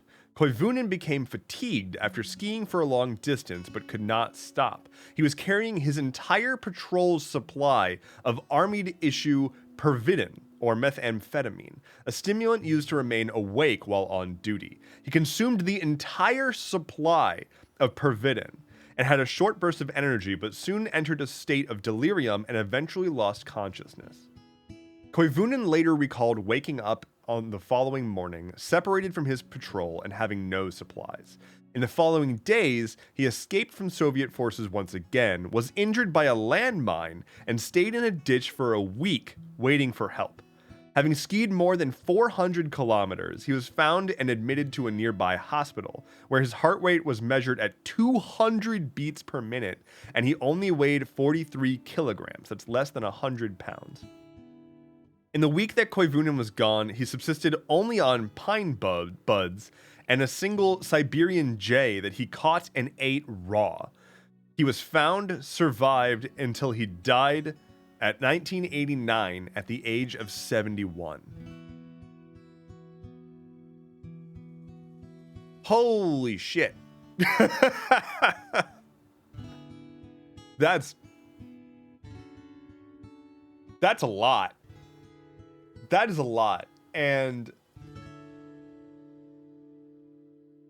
honestly, like, of all of that, the getting injured by a landmine and then chilling in a ditch for a week, that part, I mean, okay, the eating a ridiculous amount of meth, that's a lot, for sure. Imagine stepping on a landmine and you're like, ow, I guess I'm gonna sit in a ditch for a week. Kind of still high on meth. See what happens.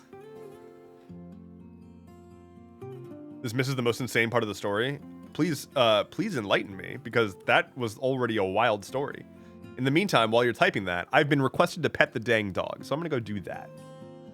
Oh, cause look at him. Oh my god. Oh my god. Hold on.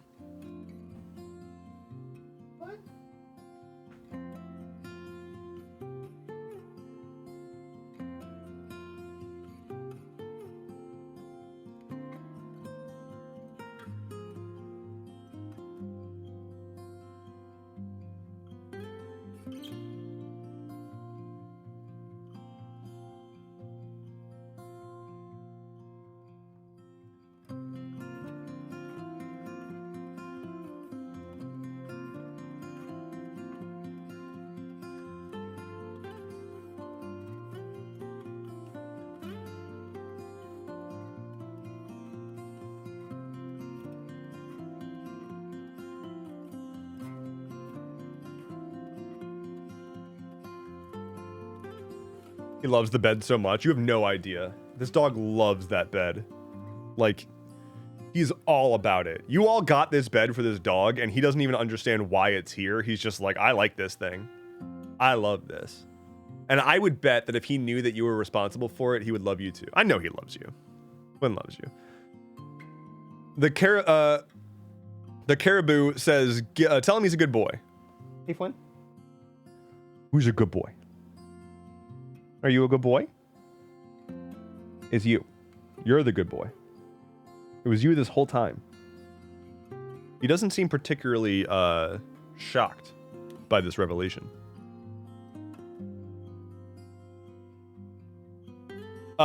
This caribou Twitch. Would you like me to just call you Caribou? Because that seems like the most reasonable thing to call you.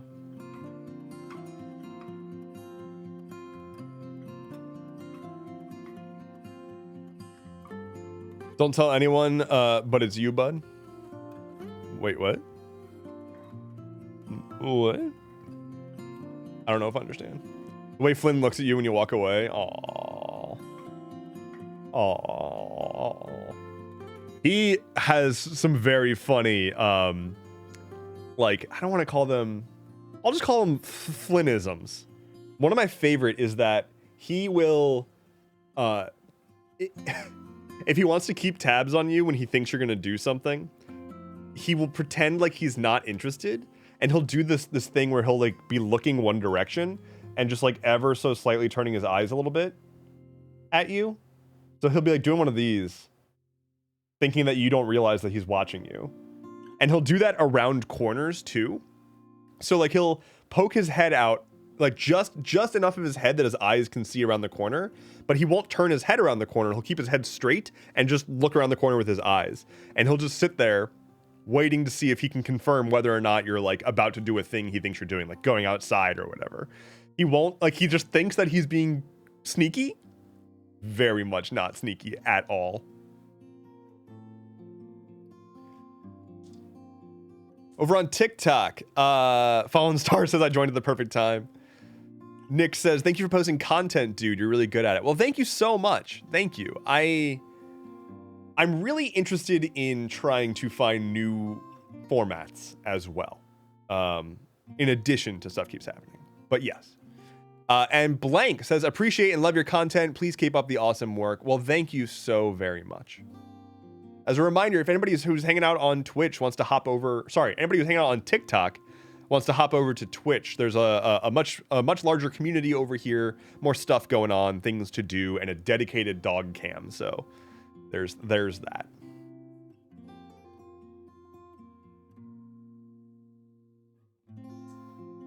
Wish my wife's cat would behave as well in my streams as your dog does in yours. He will get antsy around like 4:45 my time. Like as I'm like, he knows when the stream is supposed to pack up soon, and he'll get a little antsy. But it has taken a long time for him to get to this point, because he now knows, like, all right, I snooze during the day so that I may be a maximum terrorist at night. Because at night he jumps up on me a ton until I take him for a walk. And then he jumps up on me a ton until I give him his food. And then he jumps up on me a ton until I play with him after he finishes his food. And then after like 10 minutes of playing, he starts refusing to play and just stares at me. And that's because he wants some, I'm going to say some words that might trigger him. So I'm going to muffle them. He wants some peanut butter. And so he'll bug me until I give him that. And sometimes, even after I give him that, he then comes back downstairs and he's like, hey, so how about maybe around 2? He will literally bring me the toy that I fill with peanut butter, and he'll bring it and like put it at my feet and then look at me and be like, I have a request. This is empty. I'm not sure if you noticed, but just in case you were interested in doling out a little bit more, here it is for your convenience. And he will also, like the other thing he does is he will stare. He is a starey boy. He will just sit there and stare at me. And if I ignore him, he'll just inch closer. And his more recent thing is that once he's out of space to inch closer, he'll just get up on top of me and stare at me. Like he will have his paws on my chest if I'm sitting on the couch, and his like head looking right into my eyes. And he's like, are you forgetting something?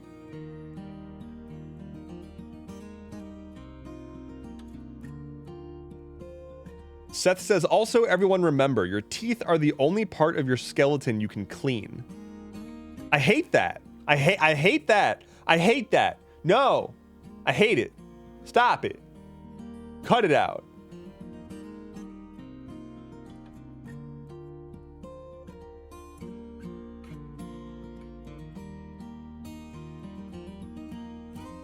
Oh yes, peanut butter. My dog got his head stuck in a jar once. That says bird with a Glock. That's amazing. I very much like getting things stuck around Flynn. It's just, I know it's probably very distressing, but it's also very adorable. Teeth are accessory bones. You know what's like wild is children's skulls. Like babies are born with all of their teeth. Like when you're born, you've got your baby teeth, and then you've got an entire extra set of teeth just like up here somewhere. And they just kind of like pop out eventually. Horrifying. Glamour Shocks, welcome to chat, says your nails are hair too. Yeah, it's like the same material, right?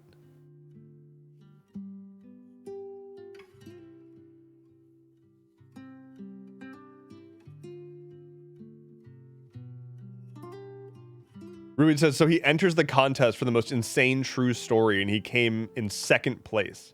Wait, so the guy that ate an entire battalion's worth of someone gifted subscriptions. Thank you. Methamphetamine, and then got lost, and then got blown up, and then got lost, and then got found. He got second place. Danger Zone with 5 gifted subs. My goodness. Holy crap. Hey, okay. All right. Hell yeah. I've got to hydrate. Hold on. I just spilled water all over myself. And that's because of you, Skittles. Enjoy. All right, we have 2 dice enchantments and 5 dice rolls to give out because of Gypsy Danger Zone. Thank you so very much. Here is the first roll with advantage. But that's a 20. That is a crit. I'll keep the dog cam going. You guys, I'm assuming you would prefer a dog cam over a dice cam, but all right, here we go. So that's a 20. We'll see if you get a second 20. Nope. Okay, so that explodes into a 6. So that is 26 plus 2 is 28. Oh. All right, here's the second roll with advantage. Amazing. 12 and 2. So a 12 plus 2, 14. Now 3 more. That is a nat 1. My goodness. Oh no. Oh dear. Danger Zone. Are you on the list already? You might be on the list already. It's time to shame you. Can everybody shame Danger Zone? Because that's a nat 1. That's a nat 1. But also thank them for giving out gifted subs and then shame them. You are not. I'm adding you to the list of shame right now. Gypsy Danger Zone 42 has been added to the wall of nat 1s. You got a nat 20 and a nat 1. Alrighty. 2 more. Did I put in the 1? There you go. 2 more. 9 plus 2 is 11. And that rolled out. There's a 13 plus 2 for 15. We are 2 points away from completing the goal to buy a propeller beanie. Holy crap.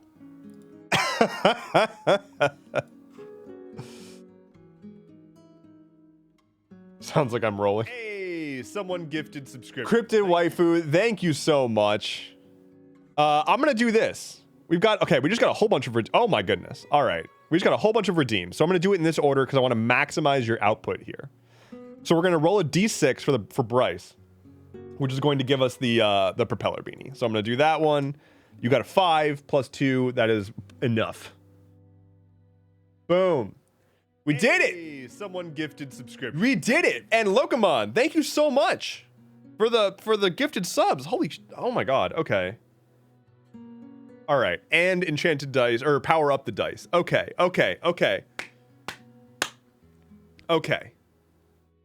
Here's where we're at.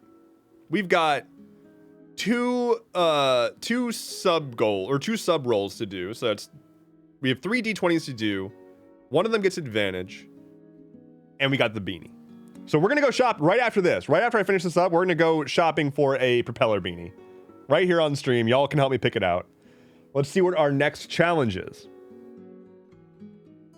A treat refill for Flynn.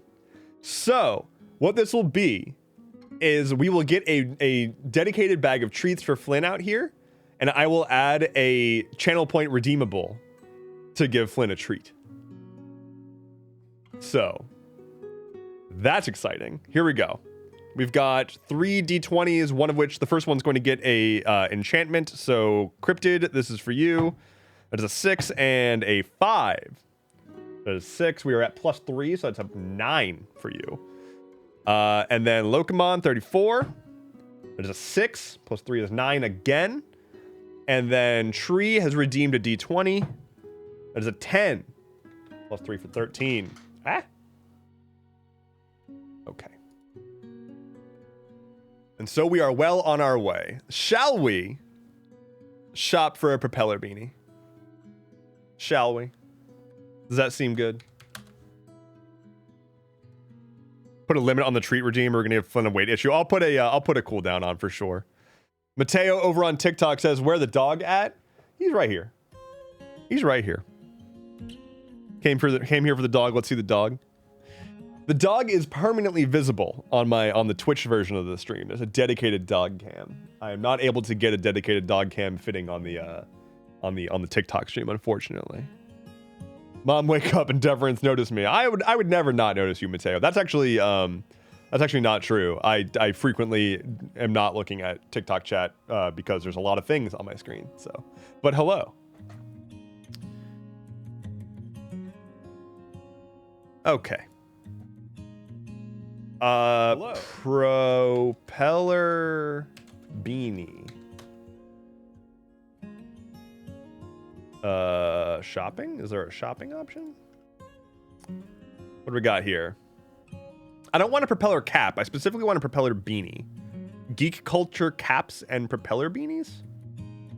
Okay, well, what are we looking for here? We've got, this one's got a skull and crossbones. What is this website? What is this website? What? Wait, do you want, oh my God. Okay, do you want a propeller? Yes, I want a white propeller, black propeller, red propeller. I want a 5-inch diameter 3-blade propeller. This is like hyper customized. Fallen Sapphire, thank you for the follow and welcome to chat. Made an account to see you on here instead of on TikTok. Well, thank you so incredibly much. I really, really appreciate that. Welcome. It's good to have you. Get your hot glue guns out. We're gonna make a dev copter. Thinking classic primary colors. Interstellar propeller. Propeller beanie hats beanies. So you're talking like this? Like one of these guys? Oh, this has a pig on it. That one's got a frog. So this one has a frog, and this one has a pig. Let's see what the reviews say. Let's read some reviews. Hat's a good one. Lots of compliments. It's a different look for me. It's all good. I will say you guys left a voicemail a couple of weeks ago and did not get a return call. Oh, sorry. I left you guys a voicemail a couple of weeks ago and did not get a return call. So here's the thing. If I buy this propeller hat, which is made in the USA, there's a chance that if I leave them a message on their answering machine, they will not get back to me. And that just adds a lot of difficulty to the purchase, honestly. So Dan from Florida says, I purchased this hat expecting it to be a flimsy novelty product, but it was in fact quite well constructed. Would recommend to anyone interested. Mary from Michigan says, this hat was a birthday gift. I was extremely happy with the quality of materials and how fast it shipped. Highly recommend Village Hat Shop.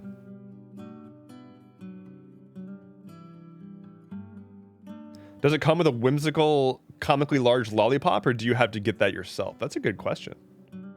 That's a good question. True Nerdy Chef says, I walk away for 2 minutes and you're buying a hat. Well, we reached our stream goal. We reached the stream goal. So now I got to get myself a propeller beanie because that was the requirement. I'm not seeing... Okay, let's look on Etsy. I feel like Etsy's going to be the place, but first let's check this. Ah! No, get out of this. Okay. Why is there a pig? Well, why not? But these are all like propeller hats. I want a propeller beanie. Wait, a Yamakopter? Wait a minute. The Yamakopter. Hold on. A Yamakopter. What? It's called a Yamakopter. Oh my god. Ooh, a crochet one? Oh wait, but it won't spin though. I do want it to spin. Also, this crocheted beanie is $6. I do not believe that that's real.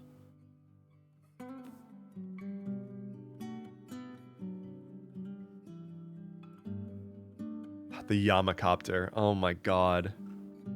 Wait a minute. Aircraft propeller rocks glass? What? Why? Wait a minute. America. Why are there bullets in your rocks glass? Why do you got your rocks glass has a bullet in it? Is this a commentary? Is this a commentary on how in America it's so dangerous to even drink that your glass gets shot? I don't understand.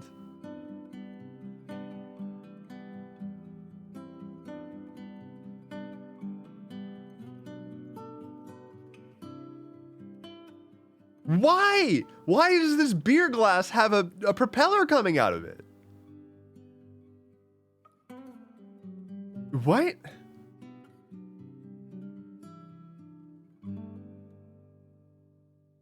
I'm shocked that there are not more propeller beanie options on Etsy. Let's see.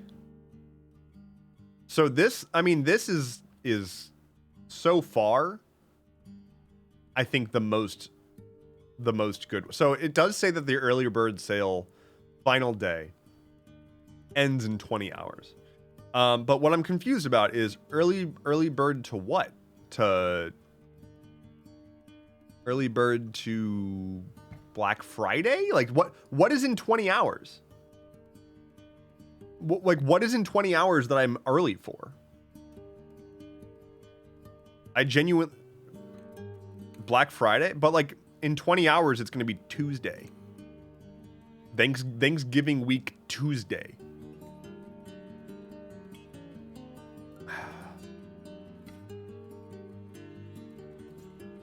Do we want the pig beanie? Do we want the pig propeller? Does that feel good? Does that feel right? Hat size guide. Okay. So do I want a pequeño? A medio? I'm not even going to try. I don't know how to pronounce Spanish words at all. Do I want a large, an extra large, an extra extra large, or an extra extra extra large? Now, how do I determine my hat size? Watch our video.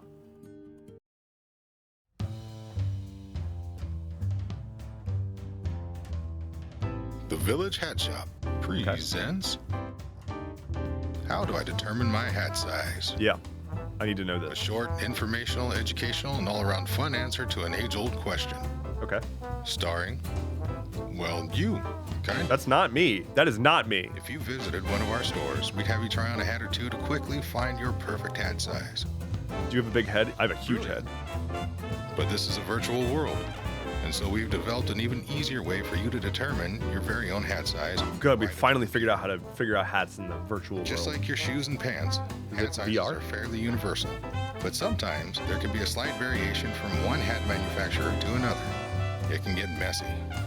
So at the top of every villagehatshop.com page, you'll find a link named Hat Sizing, which leads to our all-purpose hat sizing conversion chart. Okay, great. On the top of the chart, you'll find the American hat sizes.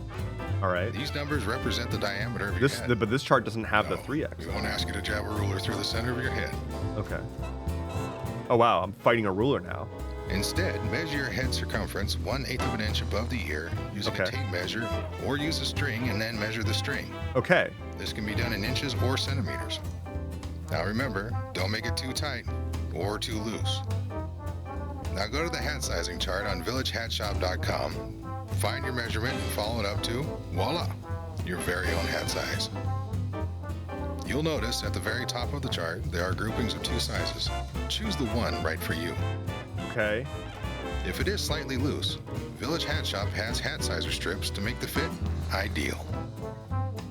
Speaking of fit, how do you know if your hat fits and looks just right? Where do I choose my This medium beanie is size though? Like my propeller size. All right. So here's what we have to do. We have to we need to measure my head. All right. This stream is now a Endeavorance measures his head stream. Okay. So that's what we're doing here. I'm gonna go get some string and a measurement device. All right. But also I need to make use of my local facilities. So I will be back in a couple of minutes with string and a measurement device so that we can measure my head to get the best possible beanie. In the meantime, please enjoy some jangly vibes. I'll be right back.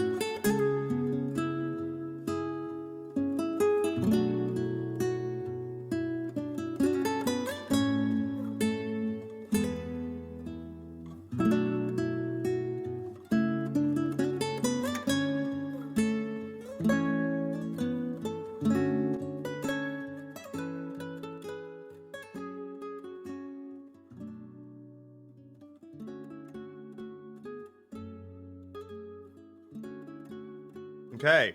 Okay. I got multiple things. I have a dog. Hey, Flynn. I have a mangled piece of pumpkin bread. A measuring device. And string. String is here. Okay. Okay. So. One thing at a time. I think I finished my... oh, God. I finished the pumpkin bread first. Right. And then we're going to get the string. Okay. We're going to wrap it around my head. All right. And then we're going to measure it. So that I can buy a beanie. Here we go. Okay.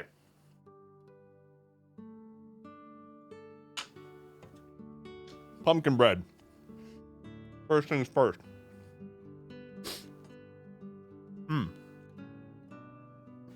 Okay. And now, please prepare your dome emojis. Please prepare your dev dome emojis. Enjoy. Enjoy it while you have it. All right, so I gotta it's like right here, I think, is what they said. I'm gonna go around sort of like this, right? Okay. So I think like that, right? Am I doing this right? Wait. Ah! Oh my God. Okay. Okay. Ugh. Okay, so now we have a measurement, right? So we've got the string, put it up against the old measurement device. It says I have a big fucking head. I'm getting 23 inches here. All right. Is that even an option? God, my head is already so freaking cold. Shaving your head is great, but in the winter, boy howdy, does it get cold. What did I say? 23 inches? Okay, yeah, it does. Okay, it's not ridiculous. It's not ridiculous, but it is solidly XL range. It looks like a lot of brain up there. I gotta store all these like niche Shira facts somewhere. Be gone. Okay. So have you really never measured your head before? I mean, like, not recently. I get beanies. Beanies are stretchy. So I want to get an X large, it seems. And so if we come back here, XL, that's the biggest we can do anyway. Cool. Good to know. Here's the thing, though. And I'm going to leave this part up to you. New poll. Pig or frog? Pig, frog. Allow additional votes. Start poll. Help me decide. Pig or frog? In the meantime, we're switching to synthwave.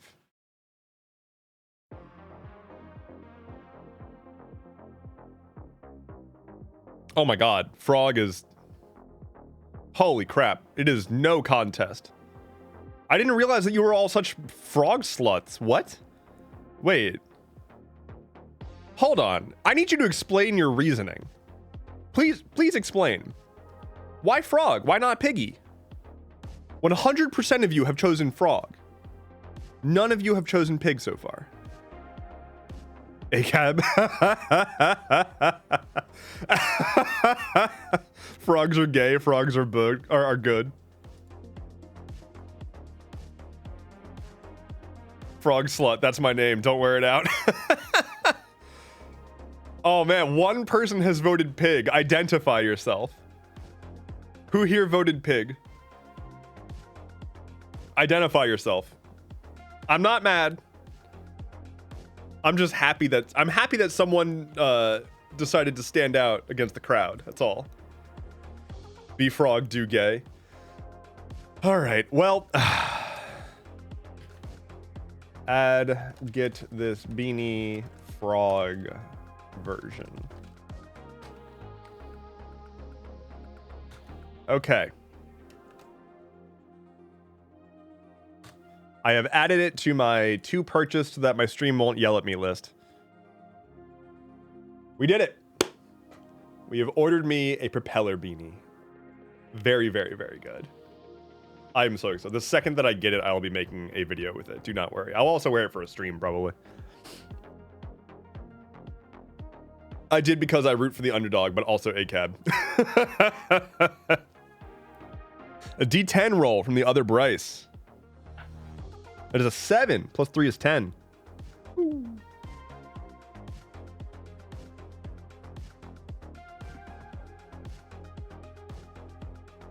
Can anyone confirm who had the beanie in Muppet Babies? I don't know if I ever watched Muppet. I think I watched a little bit of Muppet Babies, but it was like... I don't remember. Straight up don't. Then why won't you go back to your bed? He's just on the ground behind me.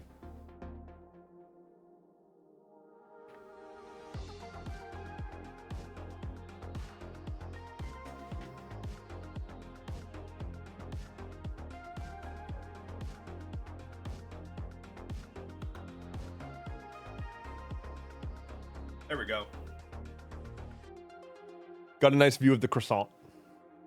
Croissant. Please enjoy the croissant.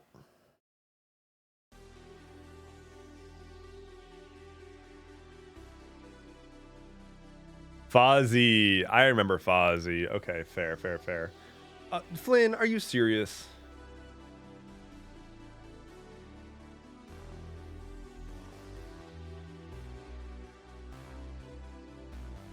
I literally just moved the camera. And he was like, nah, I'm gonna go get comfy, actually.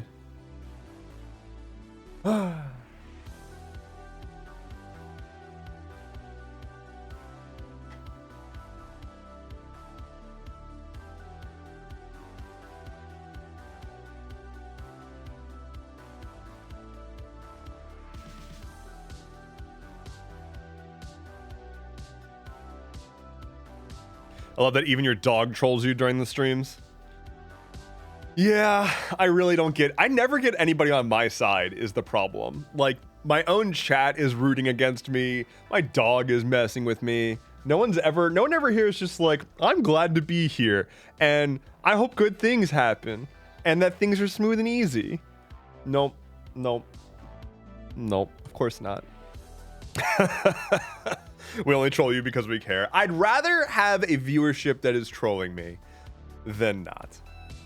Then I guess the alternative is that I just sit here and wish that people gave a shit. Hey Dev, I root for you. Sylvie, that has never once been true. Ash says, I'm on your side, I just don't publicly share that. It's fair. That was most of my friends in school anyway. Secretly friends. Well, I'll be your friend, just don't tell anybody I'm your friend. Man, I had some like... Okay, I had a lot of good friends. I will say, I had good friends. Well, okay, I had some friends, and I had some good friends. I also had some really bad friends, like people who would say, like, yeah, I won't be friends. Like, we can be friends outside of school, but I don't want to show people that I'm friends with you in school. Like, cool, that makes me feel great.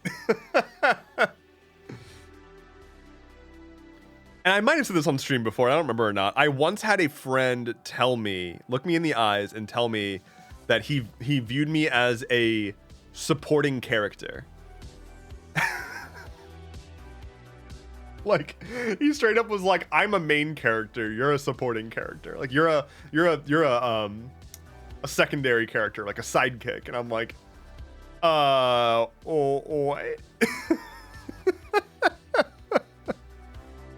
Dude didn't even have a I was like his ride everywhere.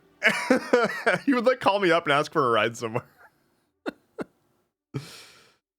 Oh god, the audacity. Yeah, Dev got NPC'd. I'd make a good NPC. NPC zoned. God, friend zone is such a dumb, like, stop it. Stop doing that. Not friend zoning people, but you know, yeah, talking about it as if it is a thing.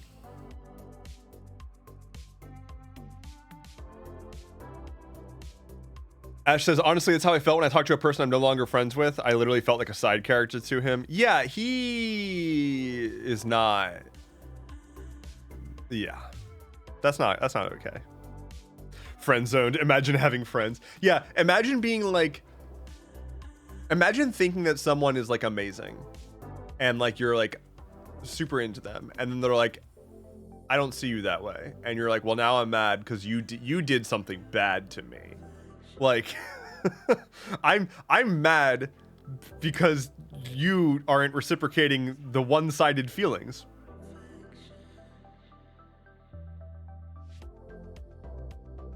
Crypto Waifu says, ask my husband. I'm nicer than my friends. I'm nicer than my friends to my friends than I am to him. Fair, yes. Over on TikTok, Jay says, love your show. It's always nice to stay informed. Well, thank you so much. I really appreciate the support. Desert Oasis says, me after friend zoning my friends, they are now my double friends, meaning I need half as many. See, that's what you got to do. That's like the ultimate play, is to friend zone your existing friends.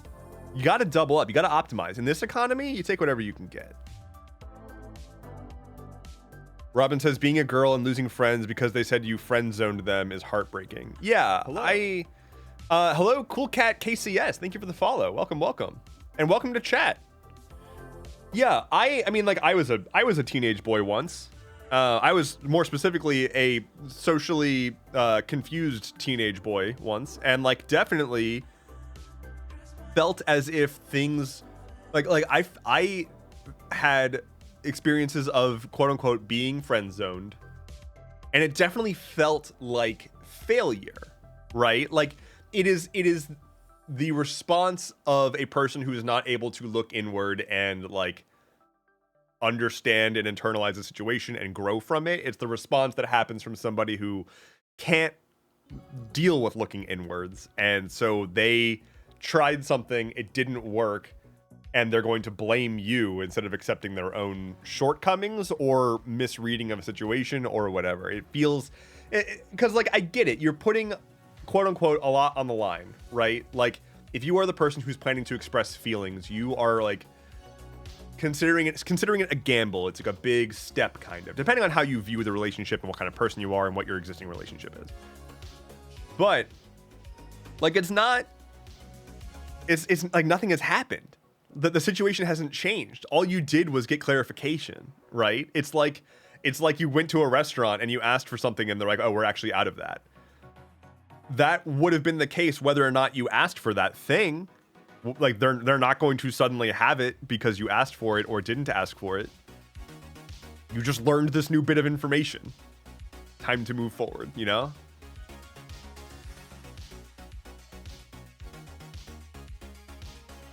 But yeah, like I've definitely been friend zoned, you know, quote unquote, when I was a teenager. Thought that I was friend zoned in huge air quotes, and it definitely at the time felt terrible.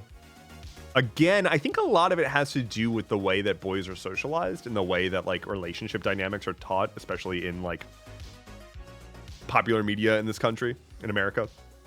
But it felt like a slight against me, you know? It felt like she didn't care about me, and that's her fault, right? That doesn't make any sense. Obviously, like, it sounds ridiculous saying it, but that doesn't change broken teenager brain. Now, people who are grown-ass adults and still acting like that's a thing, like that's congratulations. The red flag has been dodged.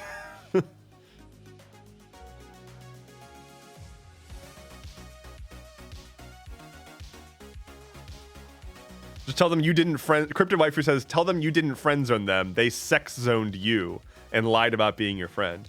Damn, I like that. Desert Oasis says, I'm kind of new to being a girl. I'm like a year deep. How do you deal with people doing that? I am not in a position to answer that question because I am a cis dude who has, I don't think, ever had the option to do that to somebody. Yeah. I'm fairly certain that I have said no thank you to a like a ask out exactly once, and I lived to regret it. So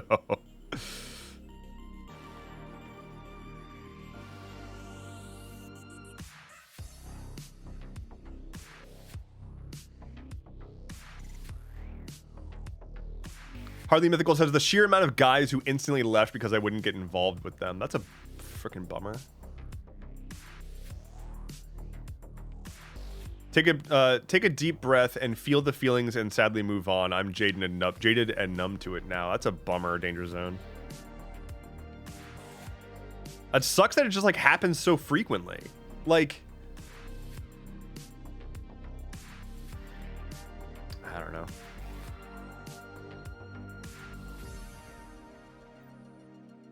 The Canadian comedy troupe Loading Ready Run calls their green room / common area the friend zone. It's great. That's funny. Reclaim it.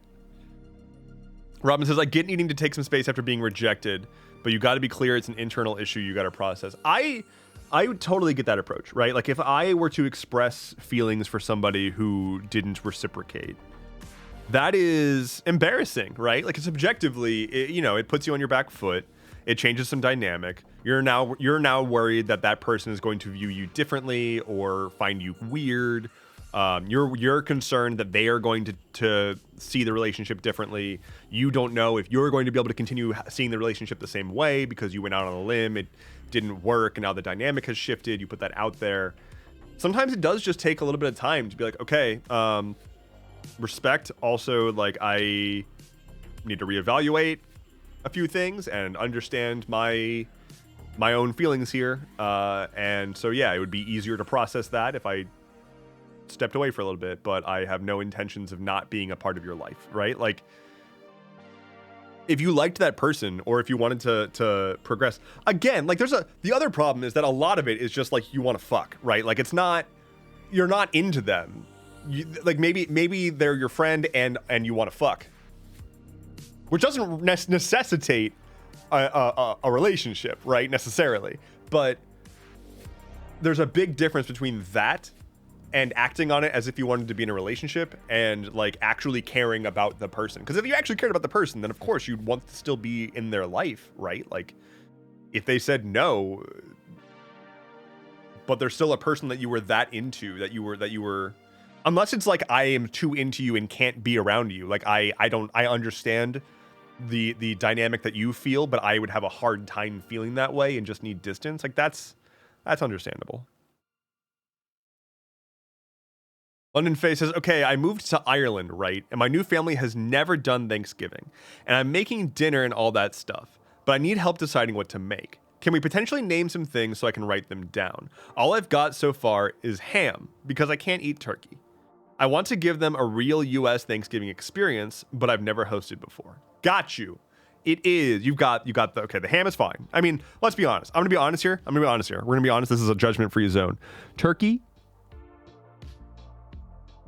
is mid. And turkey is the weakest part of the Thanksgiving dinner. I'm just getting that out there. Baseline. All right. Because then you're going to get the mashed potatoes, right? But you're also going to get the yams.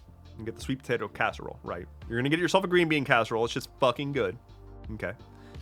Mac and cheese optional, depending on how you want to approach that. Mac and cheese is a hotly contested issue. Stuffing, of course, both in and out of bird, although there's no bird involved, so unclear how that would work. Dig out a hole in the ham and shove some stuffing in there, maybe? Would that work? Perhaps. Corn pudding is one of my faves also. Corn pudding, very, very, very good. Gravy, obviously. Cranberry sauce, obviously. Those yams, they better have marshmallows on top.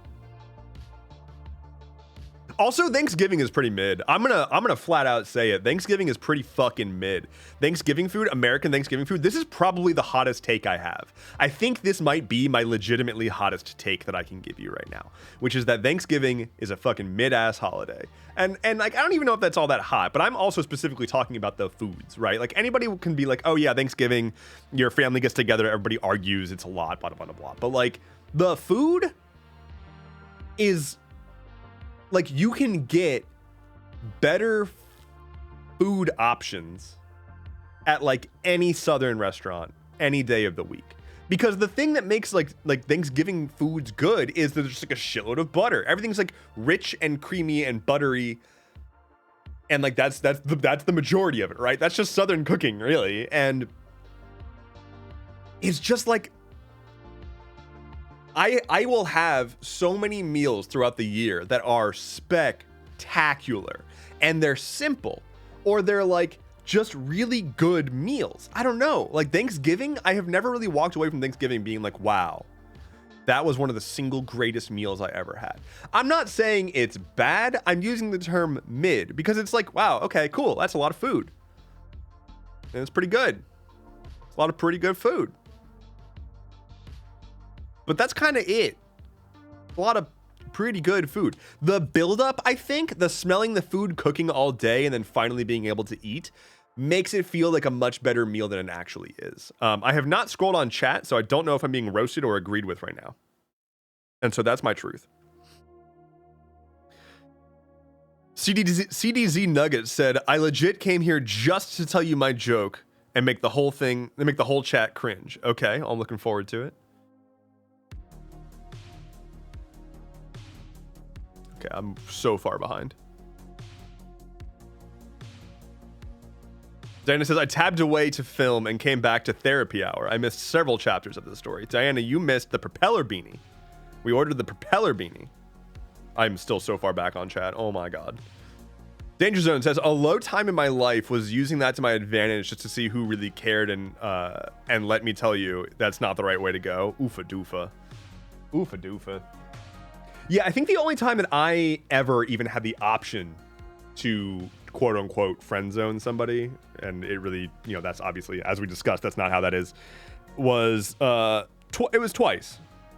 Once was in high school when a friend of mine asked me out, and I think I also regret saying no there, but it was more of it was the stupidest shit. It's high school ass shit, right? Like I wasn't thinking straight. I was crushing on some other girl, and a friend of mine like asked me out to dinner or something like that, and I said no because my dumb ass was like, if I go out with her, then that ruins my chances of ever being with other girl who I don't even think I ever got with to begin with. So like that was dumb. And then in college I got set up with a girl who honestly, like I'm not trying to like make people in my life upset, but like I kind of regret having not pursued a relationship with that person.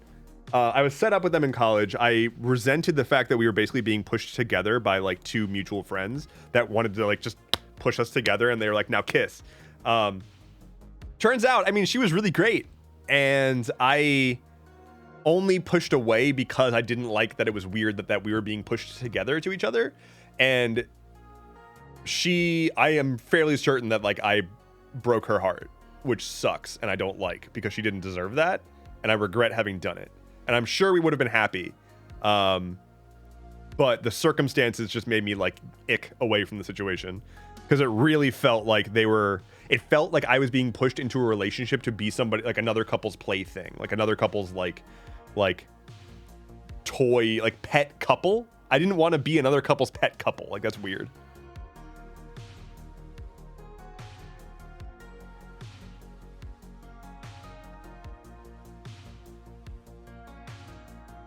Stuffing is just served on its own. Stuffing is served on its own and in the turkey though. All right, I'm digging down into perhaps where people. Okay, facts. Thanksgiving is mid. It's the worst.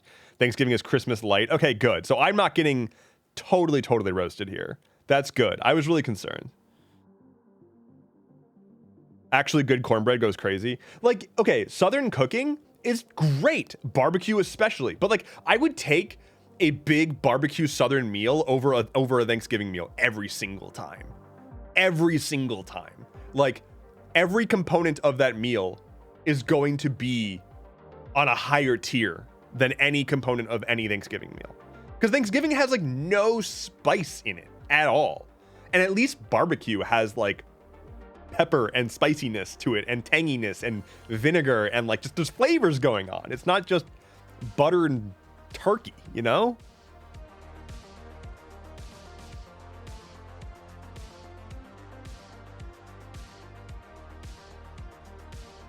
Dan says, now I want to host a Thanksgiving dinner party in the middle of summer or something. That would be heavy.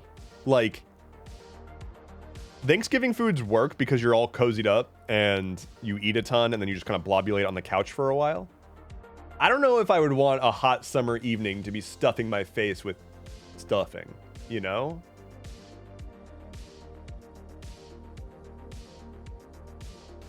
Sylvie says, I'm all about that based, don't marshmallow.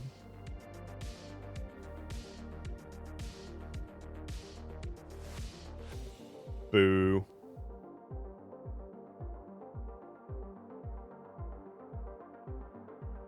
Thanksgiving puts the burden on 1 or 2 people and then everyone else just lazes around, and that's very mid. It's just like a... Yeah, I definitely feel bad about that part. I always try to, like, when I go to my family's house for Thanksgiving, I try to make sure to wash dishes at the very least. Like, I will clear the table and wash dishes because, like, I don't need my mom doing a ton of cooking and then doing a ton of cleaning, and it's just like, we're supposed to be hanging out with the family. Like, everybody should be a part of this. I grew up in a very strict I cooked, you clean household. And I maintain that to this day. If somebody else cooks for me, I'm cleaning the mess that you made while you cooked. Like, that's the law. You will not be cleaning if you cooked. That's illegal. Stop it.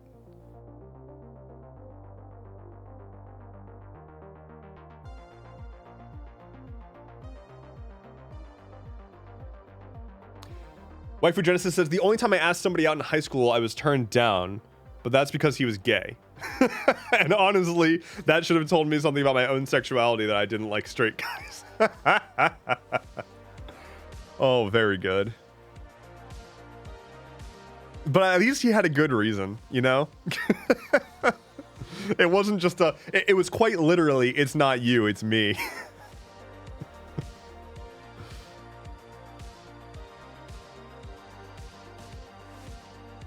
Tanner says,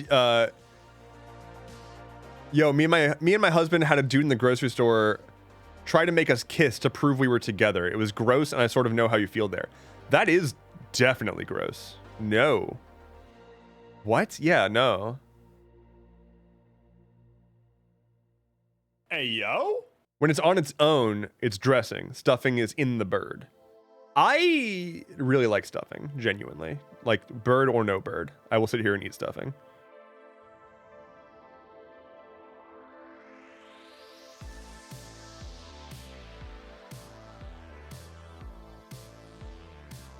Inky says, I like Thanksgiving for the leftovers. Turkey sandwich with cranberry sauce is amazing. Now, I will say the leftover situation with Thanksgiving is pretty good. However, again, like turkey is very, My favorite thing to come out of a big meat that you make for dinner is on Christmas. My dad will get a big spiral ham, right? And typically, when there's leftovers, he will then take the rest of the ham, cut it into chunks, and he'll make a like a black bean soup with that ham. So it'll be like a spicy black bean and ham chunk soup that makes like a ton, and he will just like freeze it in big batches and just distribute it to everybody in the family so that we all have like a gallon of black bean ham soup. It's so good.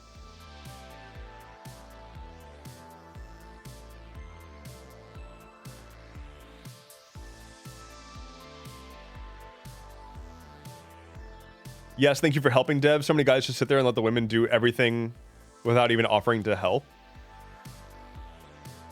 Oh, are you referring to washing dishes? I was thinking that you were talking about friend zoning still. I'm like, I helped somebody friend zone someone? Like I'm roasting dudes today. Sorry, guys, but please make sure to help do stuff at parties. Yeah, I mean, like, it's... I don't like being, well, okay, I almost said I don't like being a guy. That is not actually true. I don't like being around men who are like, I don't even know how to refer to them. Like standard issue men, right? Like I don't like being around those guys because they think that I'm also one of those guys. And it makes me very uncomfortable because they'll start doing things like complaining about their wives and hating on their wives and like talking poorly about women and all that kind of shit. And I just do not want to be a part of it. So like I don't know. I really don't like, especially older generations do this. And like they're just set in their ways, I guess. But like, I don't like the male, female. Shocking news. You heard it here first, folks. Endeavorance doesn't like stereotypes around gender. You heard it here. Who would have thought? What a revelation we've had here today. Yeah, I don't like when people assume that like between like in a couple that like the woman is the one doing the homemaking or the man is the one doing the yard work or doing the repairs or whatever. It just makes me deeply uncomfortable. And increasingly, I've found it not to be true at all. And for whatever reason, despite it being not true and very presumptive, people still do it all the time. I'll like have a contractor come over to like fix something in my house, and like I've had dudes come over and like try to crack jokes about women spending money or whatever. Like, oh yeah, wife heading out to the mall, spending all your money. No, what? No. And that's just insulting to like me and my partner. What? I don't know. Knock that shit off. Take a sip, Deb. Okay, yeah, I do have some redeems here. That's the hydrate. Thank you very much. And here's a D20 for Ash. That is a 16. Plus 3 for a 19.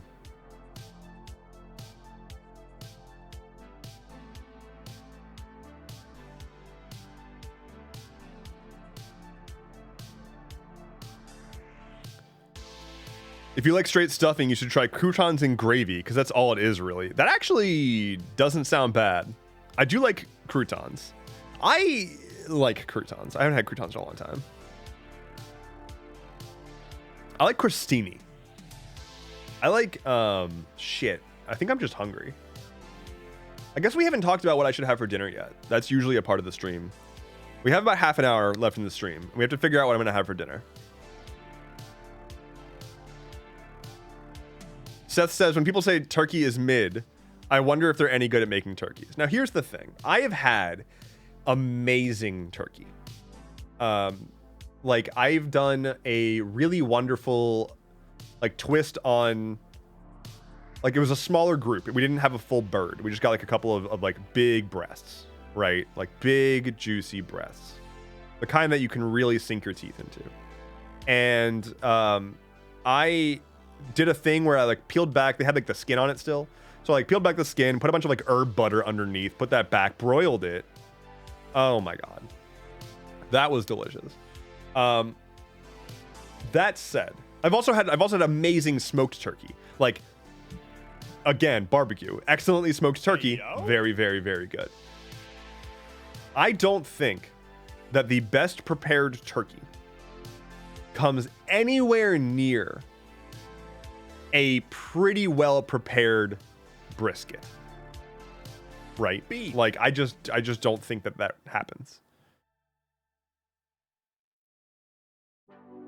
Like, if I'm going to make a large meat central dish, I'd rather, and I'm going to spend all day doing it, I'd rather make a dope brisket than a turkey.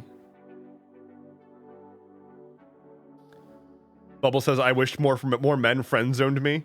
Are you sure? Are you sure about that? Ralcom says you don't like toxic masculinity. Yeah. Weird.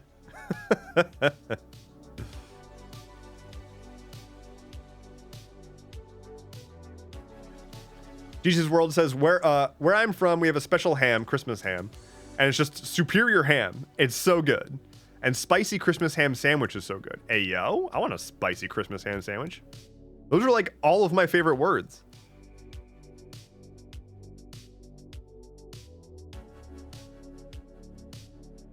Pizza rolls, not gender rolls. I'm still so far behind on chat. I'm sorry. Let me catch up here. We've gone too long. There should be better croutons. We've gone too long without crouton enhancement, says Diana. I mean, like, I think that we haven't. Have we? I mean, I don't know what kind of croutons you can get out in the wild these days, but like, if I'm going to a restaurant and I get like a good salad and they've got like some dank ass croutons in there, that's a good restaurant. London Face says, my husband and I generally do take on classic roles, but not because of misogyny. We're just good at different things. There's nothing wrong with that either. Like, it's mostly it's just individualized. And like the fact that you can be a woman who likes to cook just as much as you can be a man who likes to cook. Like, it's not, I'm just saying I don't like the, like, I get that there's the, you know, stereotype there, but like, it's obnoxious that if it just so happens that you like to cook and are a woman, you just fall into that stereotype and it's obnoxious. It's like, no, it's not because of my fucking gender. It's because I like to cook, you know?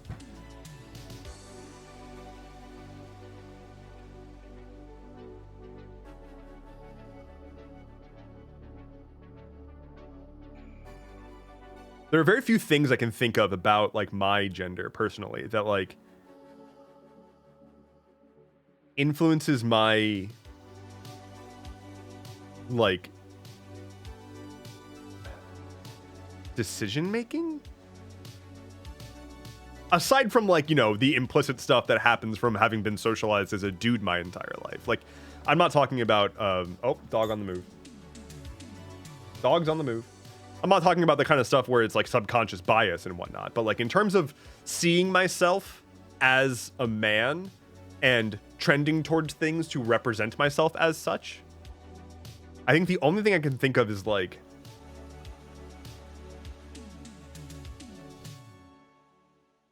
my beard. And even then, that's a flimsy one, because dwarven women have beards. That's a fact.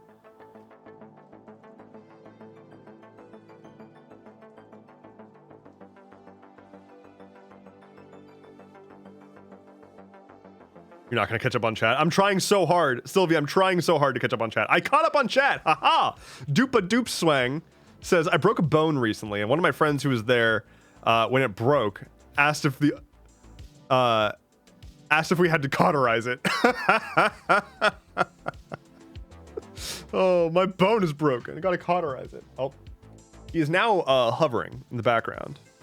So, let's see.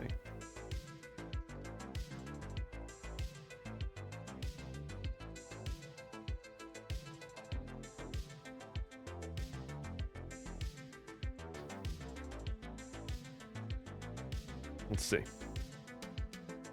There we go. There we go. Very good. Very good.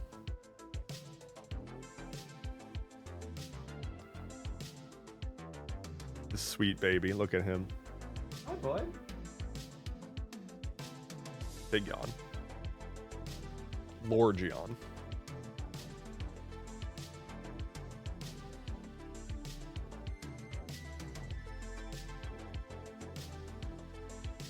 Vinyl Dash has a 3-stream streak. This is such a strange new feature, but I kind of dig it.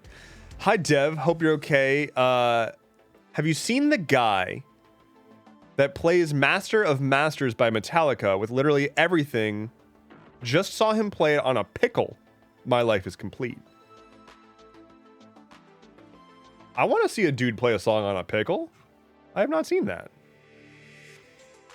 You need his camera on like a servo or a joystick or something, so I don't have to get up every time. Fair. But if I do have to get up, that means I can go pet him. So that's important. Also, this is important. This is important. This is important. Okay. Your Everyday Weirdo says, I have a request. I need help naming a new plushie. If y'all can help with that. I think we can help with that. What's the plushie? We need more information. And in the meantime, Xabari would like me to pet the dang dog. So let's pet the dang dog, shall we?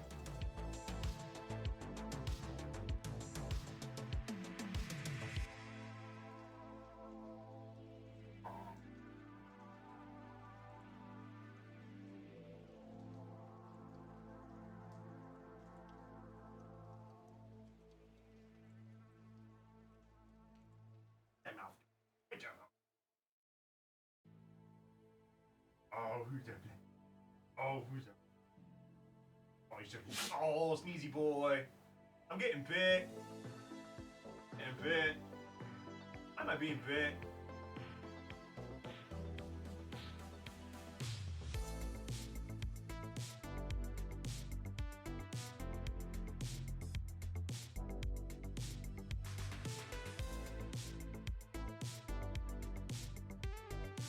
Hello. Oh, I'm getting bit. Dog go. Where'd the dog go?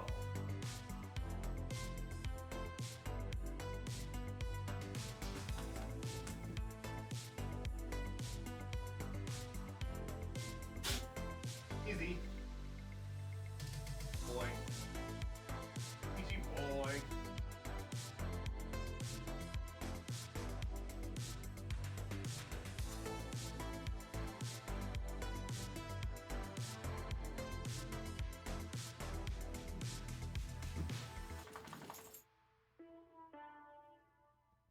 Oh, you standing?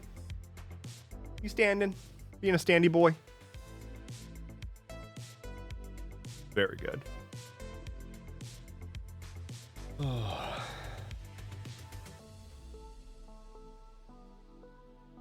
Oh, now you're right there. All right, well, I will turn off the dog cam then. He is directly behind me. Yeah, he's right here, like underneath my chair.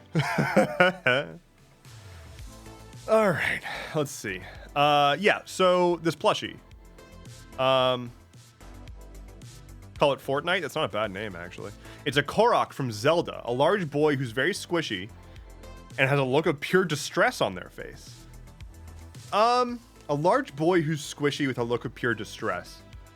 Sounds like me. If you would like to, you could name the Korok Endeavorance 2. That could, or Endeavorance 1, and I could be Endeavorance 2, if that makes more sense, which it might. Endeavorance the First could be a good one. But yeah, a squishy large boy with a look of pure distress is. I might actually just change my my bio, like my profile, to that.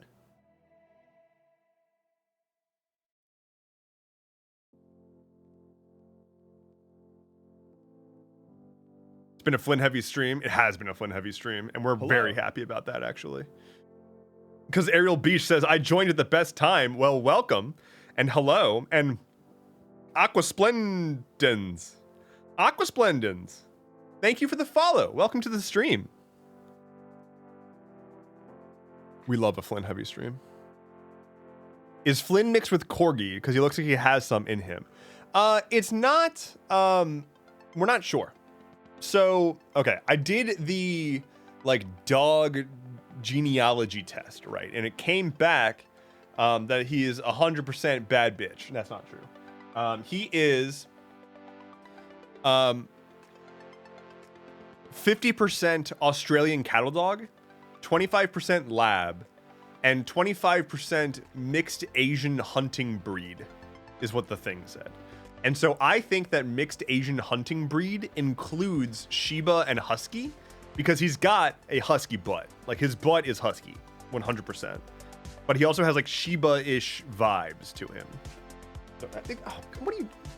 Now he's under my desk, threatening to step on my foot pedal. So if the stream changes in random ways, that's because Flynn is rooting around underneath my desk right now. Can I help you? What are you licking the floor for? Why are you licking the ground? He's being a bunger. And then on the other side, the brain is mush. On the Australian cattle dog side, Australian cattle dogs are 50% collie, 50% dingo. This dog is a dingo and a husky mashed together, which is to say, bazonkers. Flynn is now producing the stream. He has 100% control of the stream. Absolutely.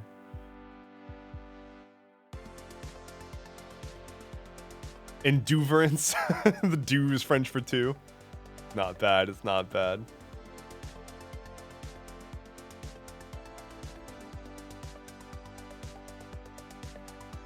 Hello, Aqua Splendens. Says, OMG, my keyboard wouldn't work. Hello. Hello. Welcome to the stream and welcome to chat. You sound like a bard. Who, Flynn?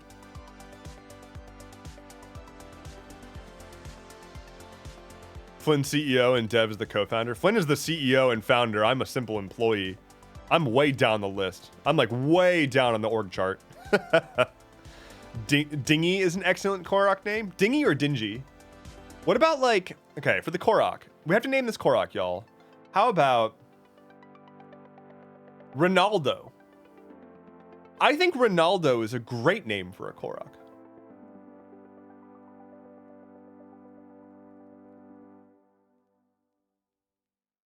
I love brain is mush times. Happens to me at like 9:30 talking to tables after a long day. Oh yeah. Oh yeah.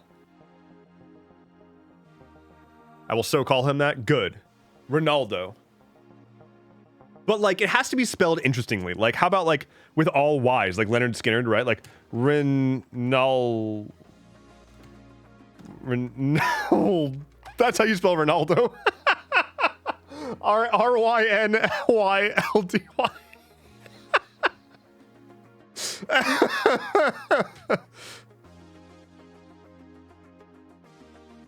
There we go. Yeah, Ronaldo. I can dig that. I can dig that. Oh my god. Ronaldo. What should I have for dinner? Y'all, I said like we don't have much time. The stream is still going, but it's not going to be going forever and I need to know what I'm doing for dinner before taquitos, chili dogs, lasagna, tuna mac, chicken pot pie. Wow, this is the most efficient dinner request that we've ever had. Like I asked for dinner like information and y'all are, instead of being like, what are you interested in or what do you feel like, you just dumped out a million options here. Chili dogs is standing out to me. There is a place nearby that does beer and hot dogs. Huh. Fettuccine Alfredo with steamed broccoli. That sounds really good, but I had basically that last night, only instead of fettuccine Alfredo with steamed broccoli, it was not at all that, actually. It was a tofu broccoli stir fry with udon noodles, so it had nothing to do with fettuccine Alfredo. Salad, says GG's World. Not a bad option. Nasser Creep says, so this is who y'all come up with the spelling of names over there? Our names are they've got a few extra letters in them here and there. Bubble says, do you want salty, savory? Both. Salisbury steak. I still don't know if I know what Salisbury steak is outside of like, isn't Salisbury steak just burger in gravy? Did I just like commit a food crime by saying that, or is that just like what Salisbury steak is? Chili dogs and fries. Like the chili dogs are currently the front runner. Ramen's a good idea. Sausage, carnitas, tacos.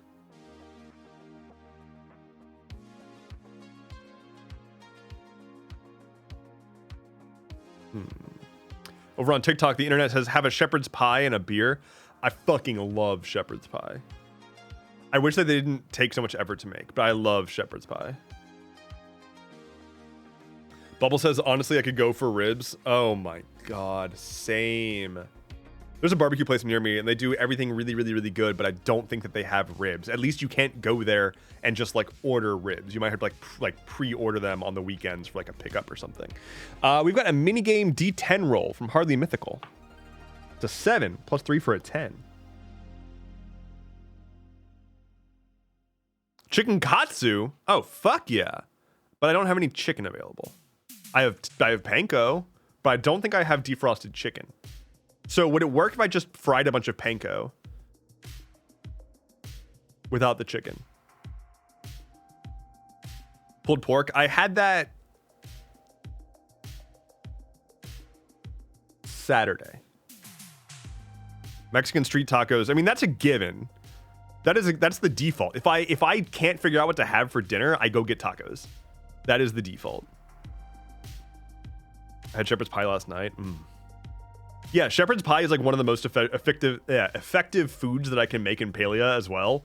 So I'm just like constantly thinking about shepherd's pie and how it's been a long time since I've had it. I don't know where to go to get shepherd's pie around here, though. I do, but it's inconvenient. Cinderblock Sally says 5 words: ice cream and beef jerky. First of all, hello. Second of all, that's not a bad idea. Oh, fuck. Damn it. Yeah, there's a restaurant near me that recently expanded to have an ice cream section. Like, well, first of all, they burned down, and then they weren't burned down anymore. But then they made a big ice cream part of it, and there's a tiki bar there now too, and a general store. That place is weird.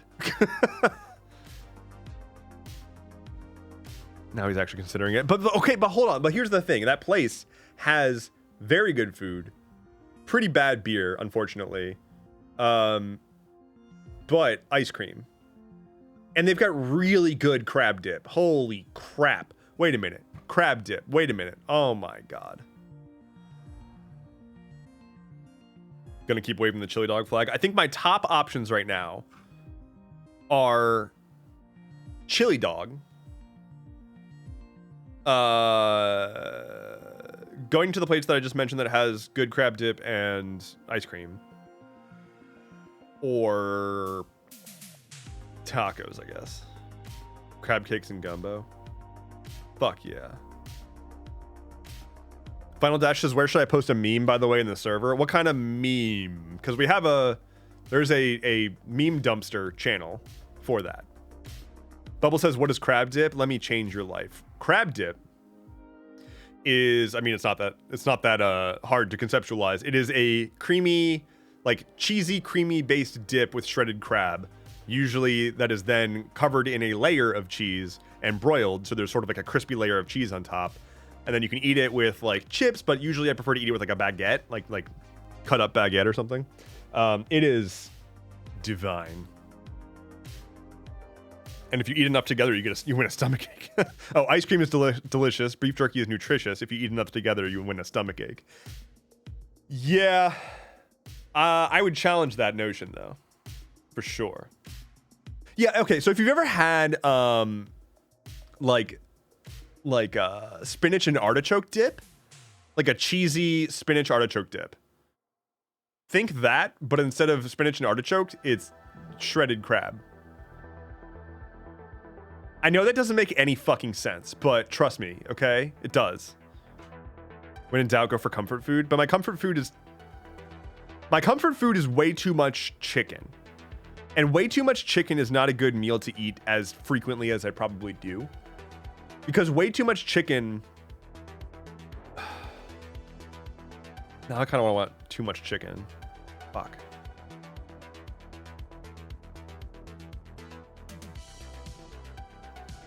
Diana must be face palming at this interaction so hard. Wait, what did I do?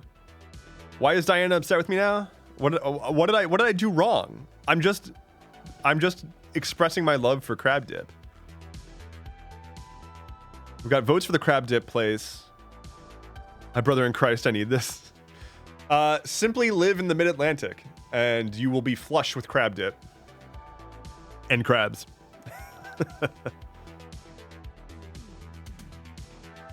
Cinderblock Sally says, what if instead of having way too much chicken, you just have too much chicken? The problem is when I get way too much chicken, I usually get it from Wingstop, and Wingstop has a lot of different flavors. And the problem with Wingstop is that I want all of them, and so I can't deprive myself of individual flavors. I have to have all of them, which necessitates way too much. I guess I could find a few places where I could cut back, but like,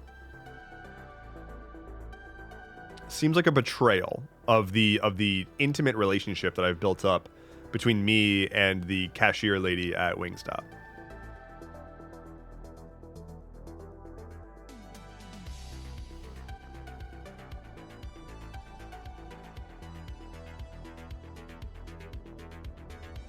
Hey, Yay! Someone gifted subscriptions. Thank you. Chat just chooses food and sends them to her. Yeah, see, Diana and I have very different approaches to using our chat to figure out food. Diana just says, fuck it, send me food. I say, let's go on a journey of trying to remember what foods exist. Totally makes sense. Definitely get way too much. Thank you for understanding my plight there, Cinderblock Sally. How do I...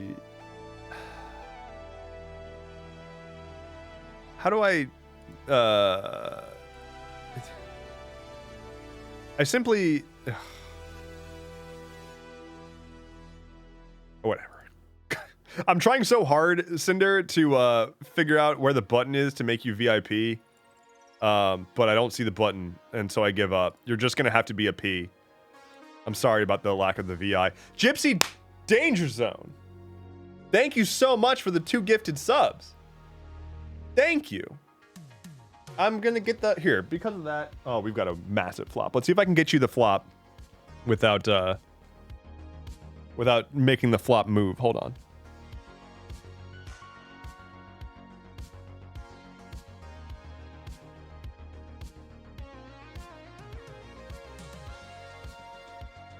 There we go. Oh, spectacular. Spectacular. Look at that.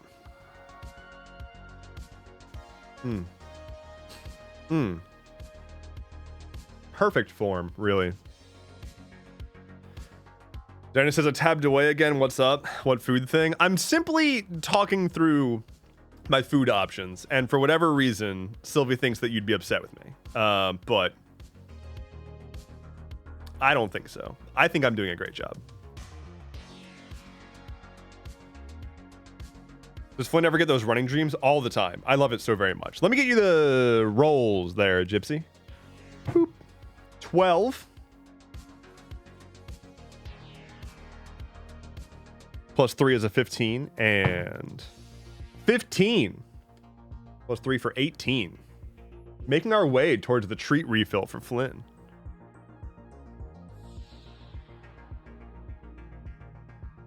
Dev told us about how you asked chat to send you food. I was reading off somebody else. I think Seth said that. Yeah. Ooh, Ethiopian. Ooh, Nigerian. Okay. Both of those options are really, really, really good. And also, I will eat too much. I think the problem is I need to get less tasty food. So let's take Ethiopian off the table. Your everyday weirdo says, speaking of food, I'm going to go eat. Thanks for the help of naming Ronaldo for me. I hope you get some food soon. Well, thank you. And take care and have a wonderful rest of your day. Polish, Welsh, English food. I can do fish and chips. Fish and chips is good. Now oh, wait a minute. Fish and chips. Wait a minute. That place that I talked about that has the crab dip also has fish and chips. Wait a minute. Hello, Crimson. Welcome. You made it just in time. Because the stream ends in 5 minutes. Both get both.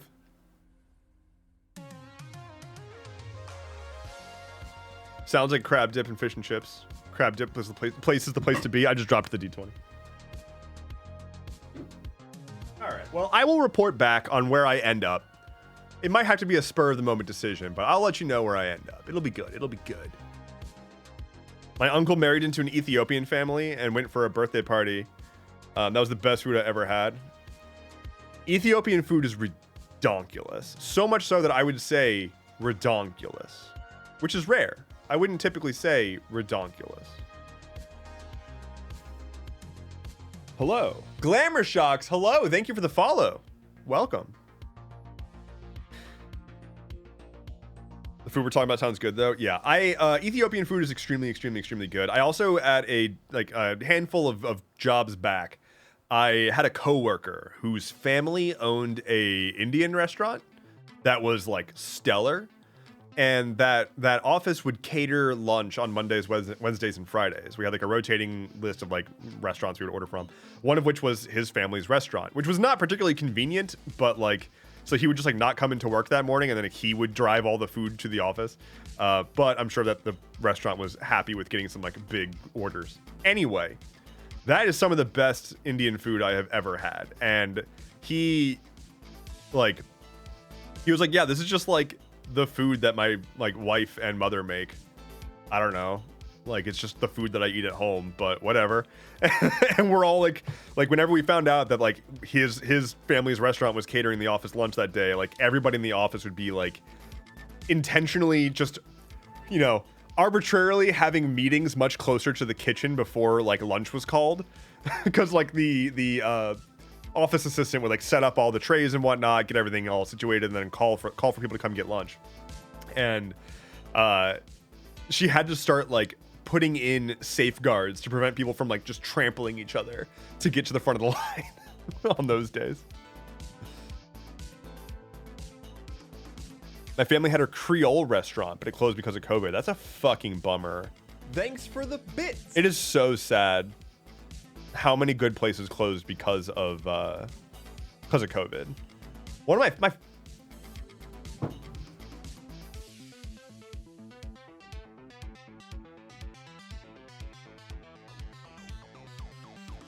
my favorite local bagel joint closed down because of COVID.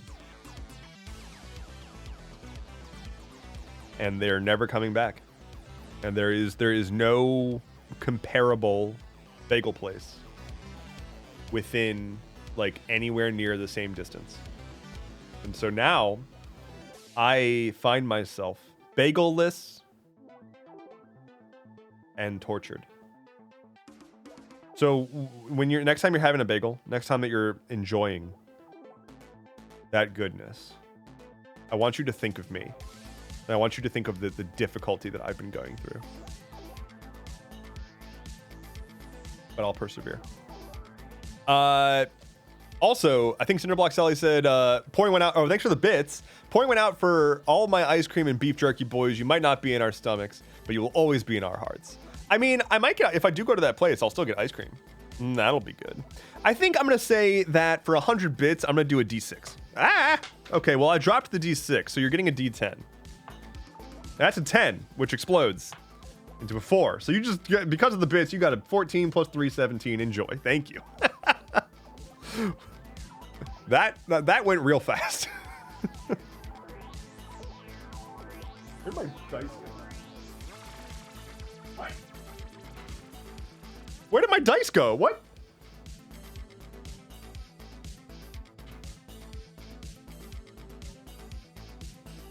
How did this happen? I dropped a D6 and it has just completely disappeared. It doesn't exist. Oh, found it. I had to go into the other realm, but I found it, so that's good.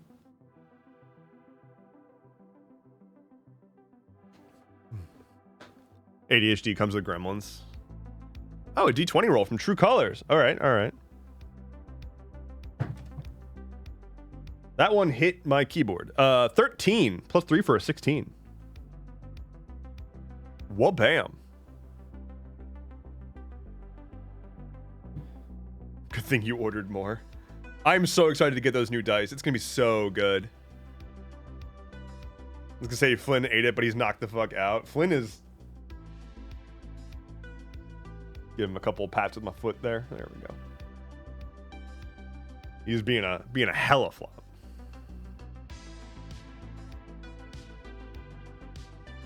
To get rid of my name or does not show on redeems? It does not show on redeems. Apologies. So I just say screen names because it's easier rather than trying to cross-reference everything. But yes, thank you for the redeem. Do all dog owners pet their dogs with their feet? I don't know. I mean, just easy. I can't reach that. Okay, I can. I can actually reach that. But just the butt. I can only reach the butt. Well, y'all, we do find ourselves at that time. It is indeed about that time to close up shop here. I am so ridiculously excited for an announcement coming out later this week. So stay tuned for that. Be sure you are in my Discord if you're not. be sure to be there to stay on top of the most important things that are goings ons and whatnot. Expect announcements hopefully very soon. Not today, but hopefully very soon. So that's great. Other than that,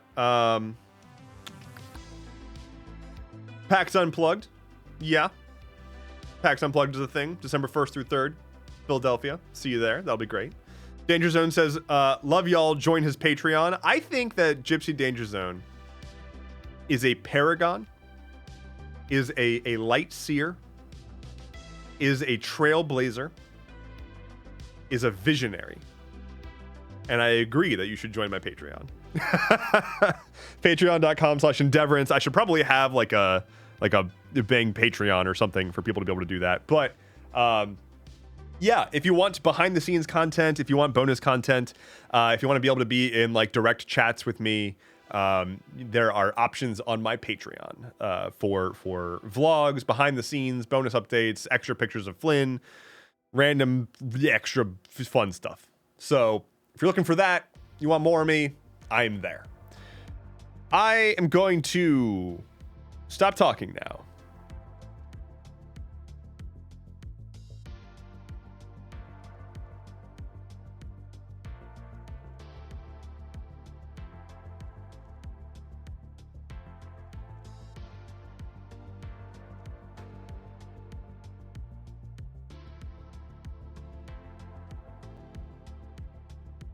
Bye. Have a good night. I'll see you on Wednesday. Take care, everybody. And also, I'm not streaming on Thursday because it's Thanksgiving. I forgot to mention that. Bye, everybody. I'll see you on Wednesday. I might go live tomorrow if I get bored, but I probably won't be bored. I'll probably be too busy working on stuff. Okay, bye.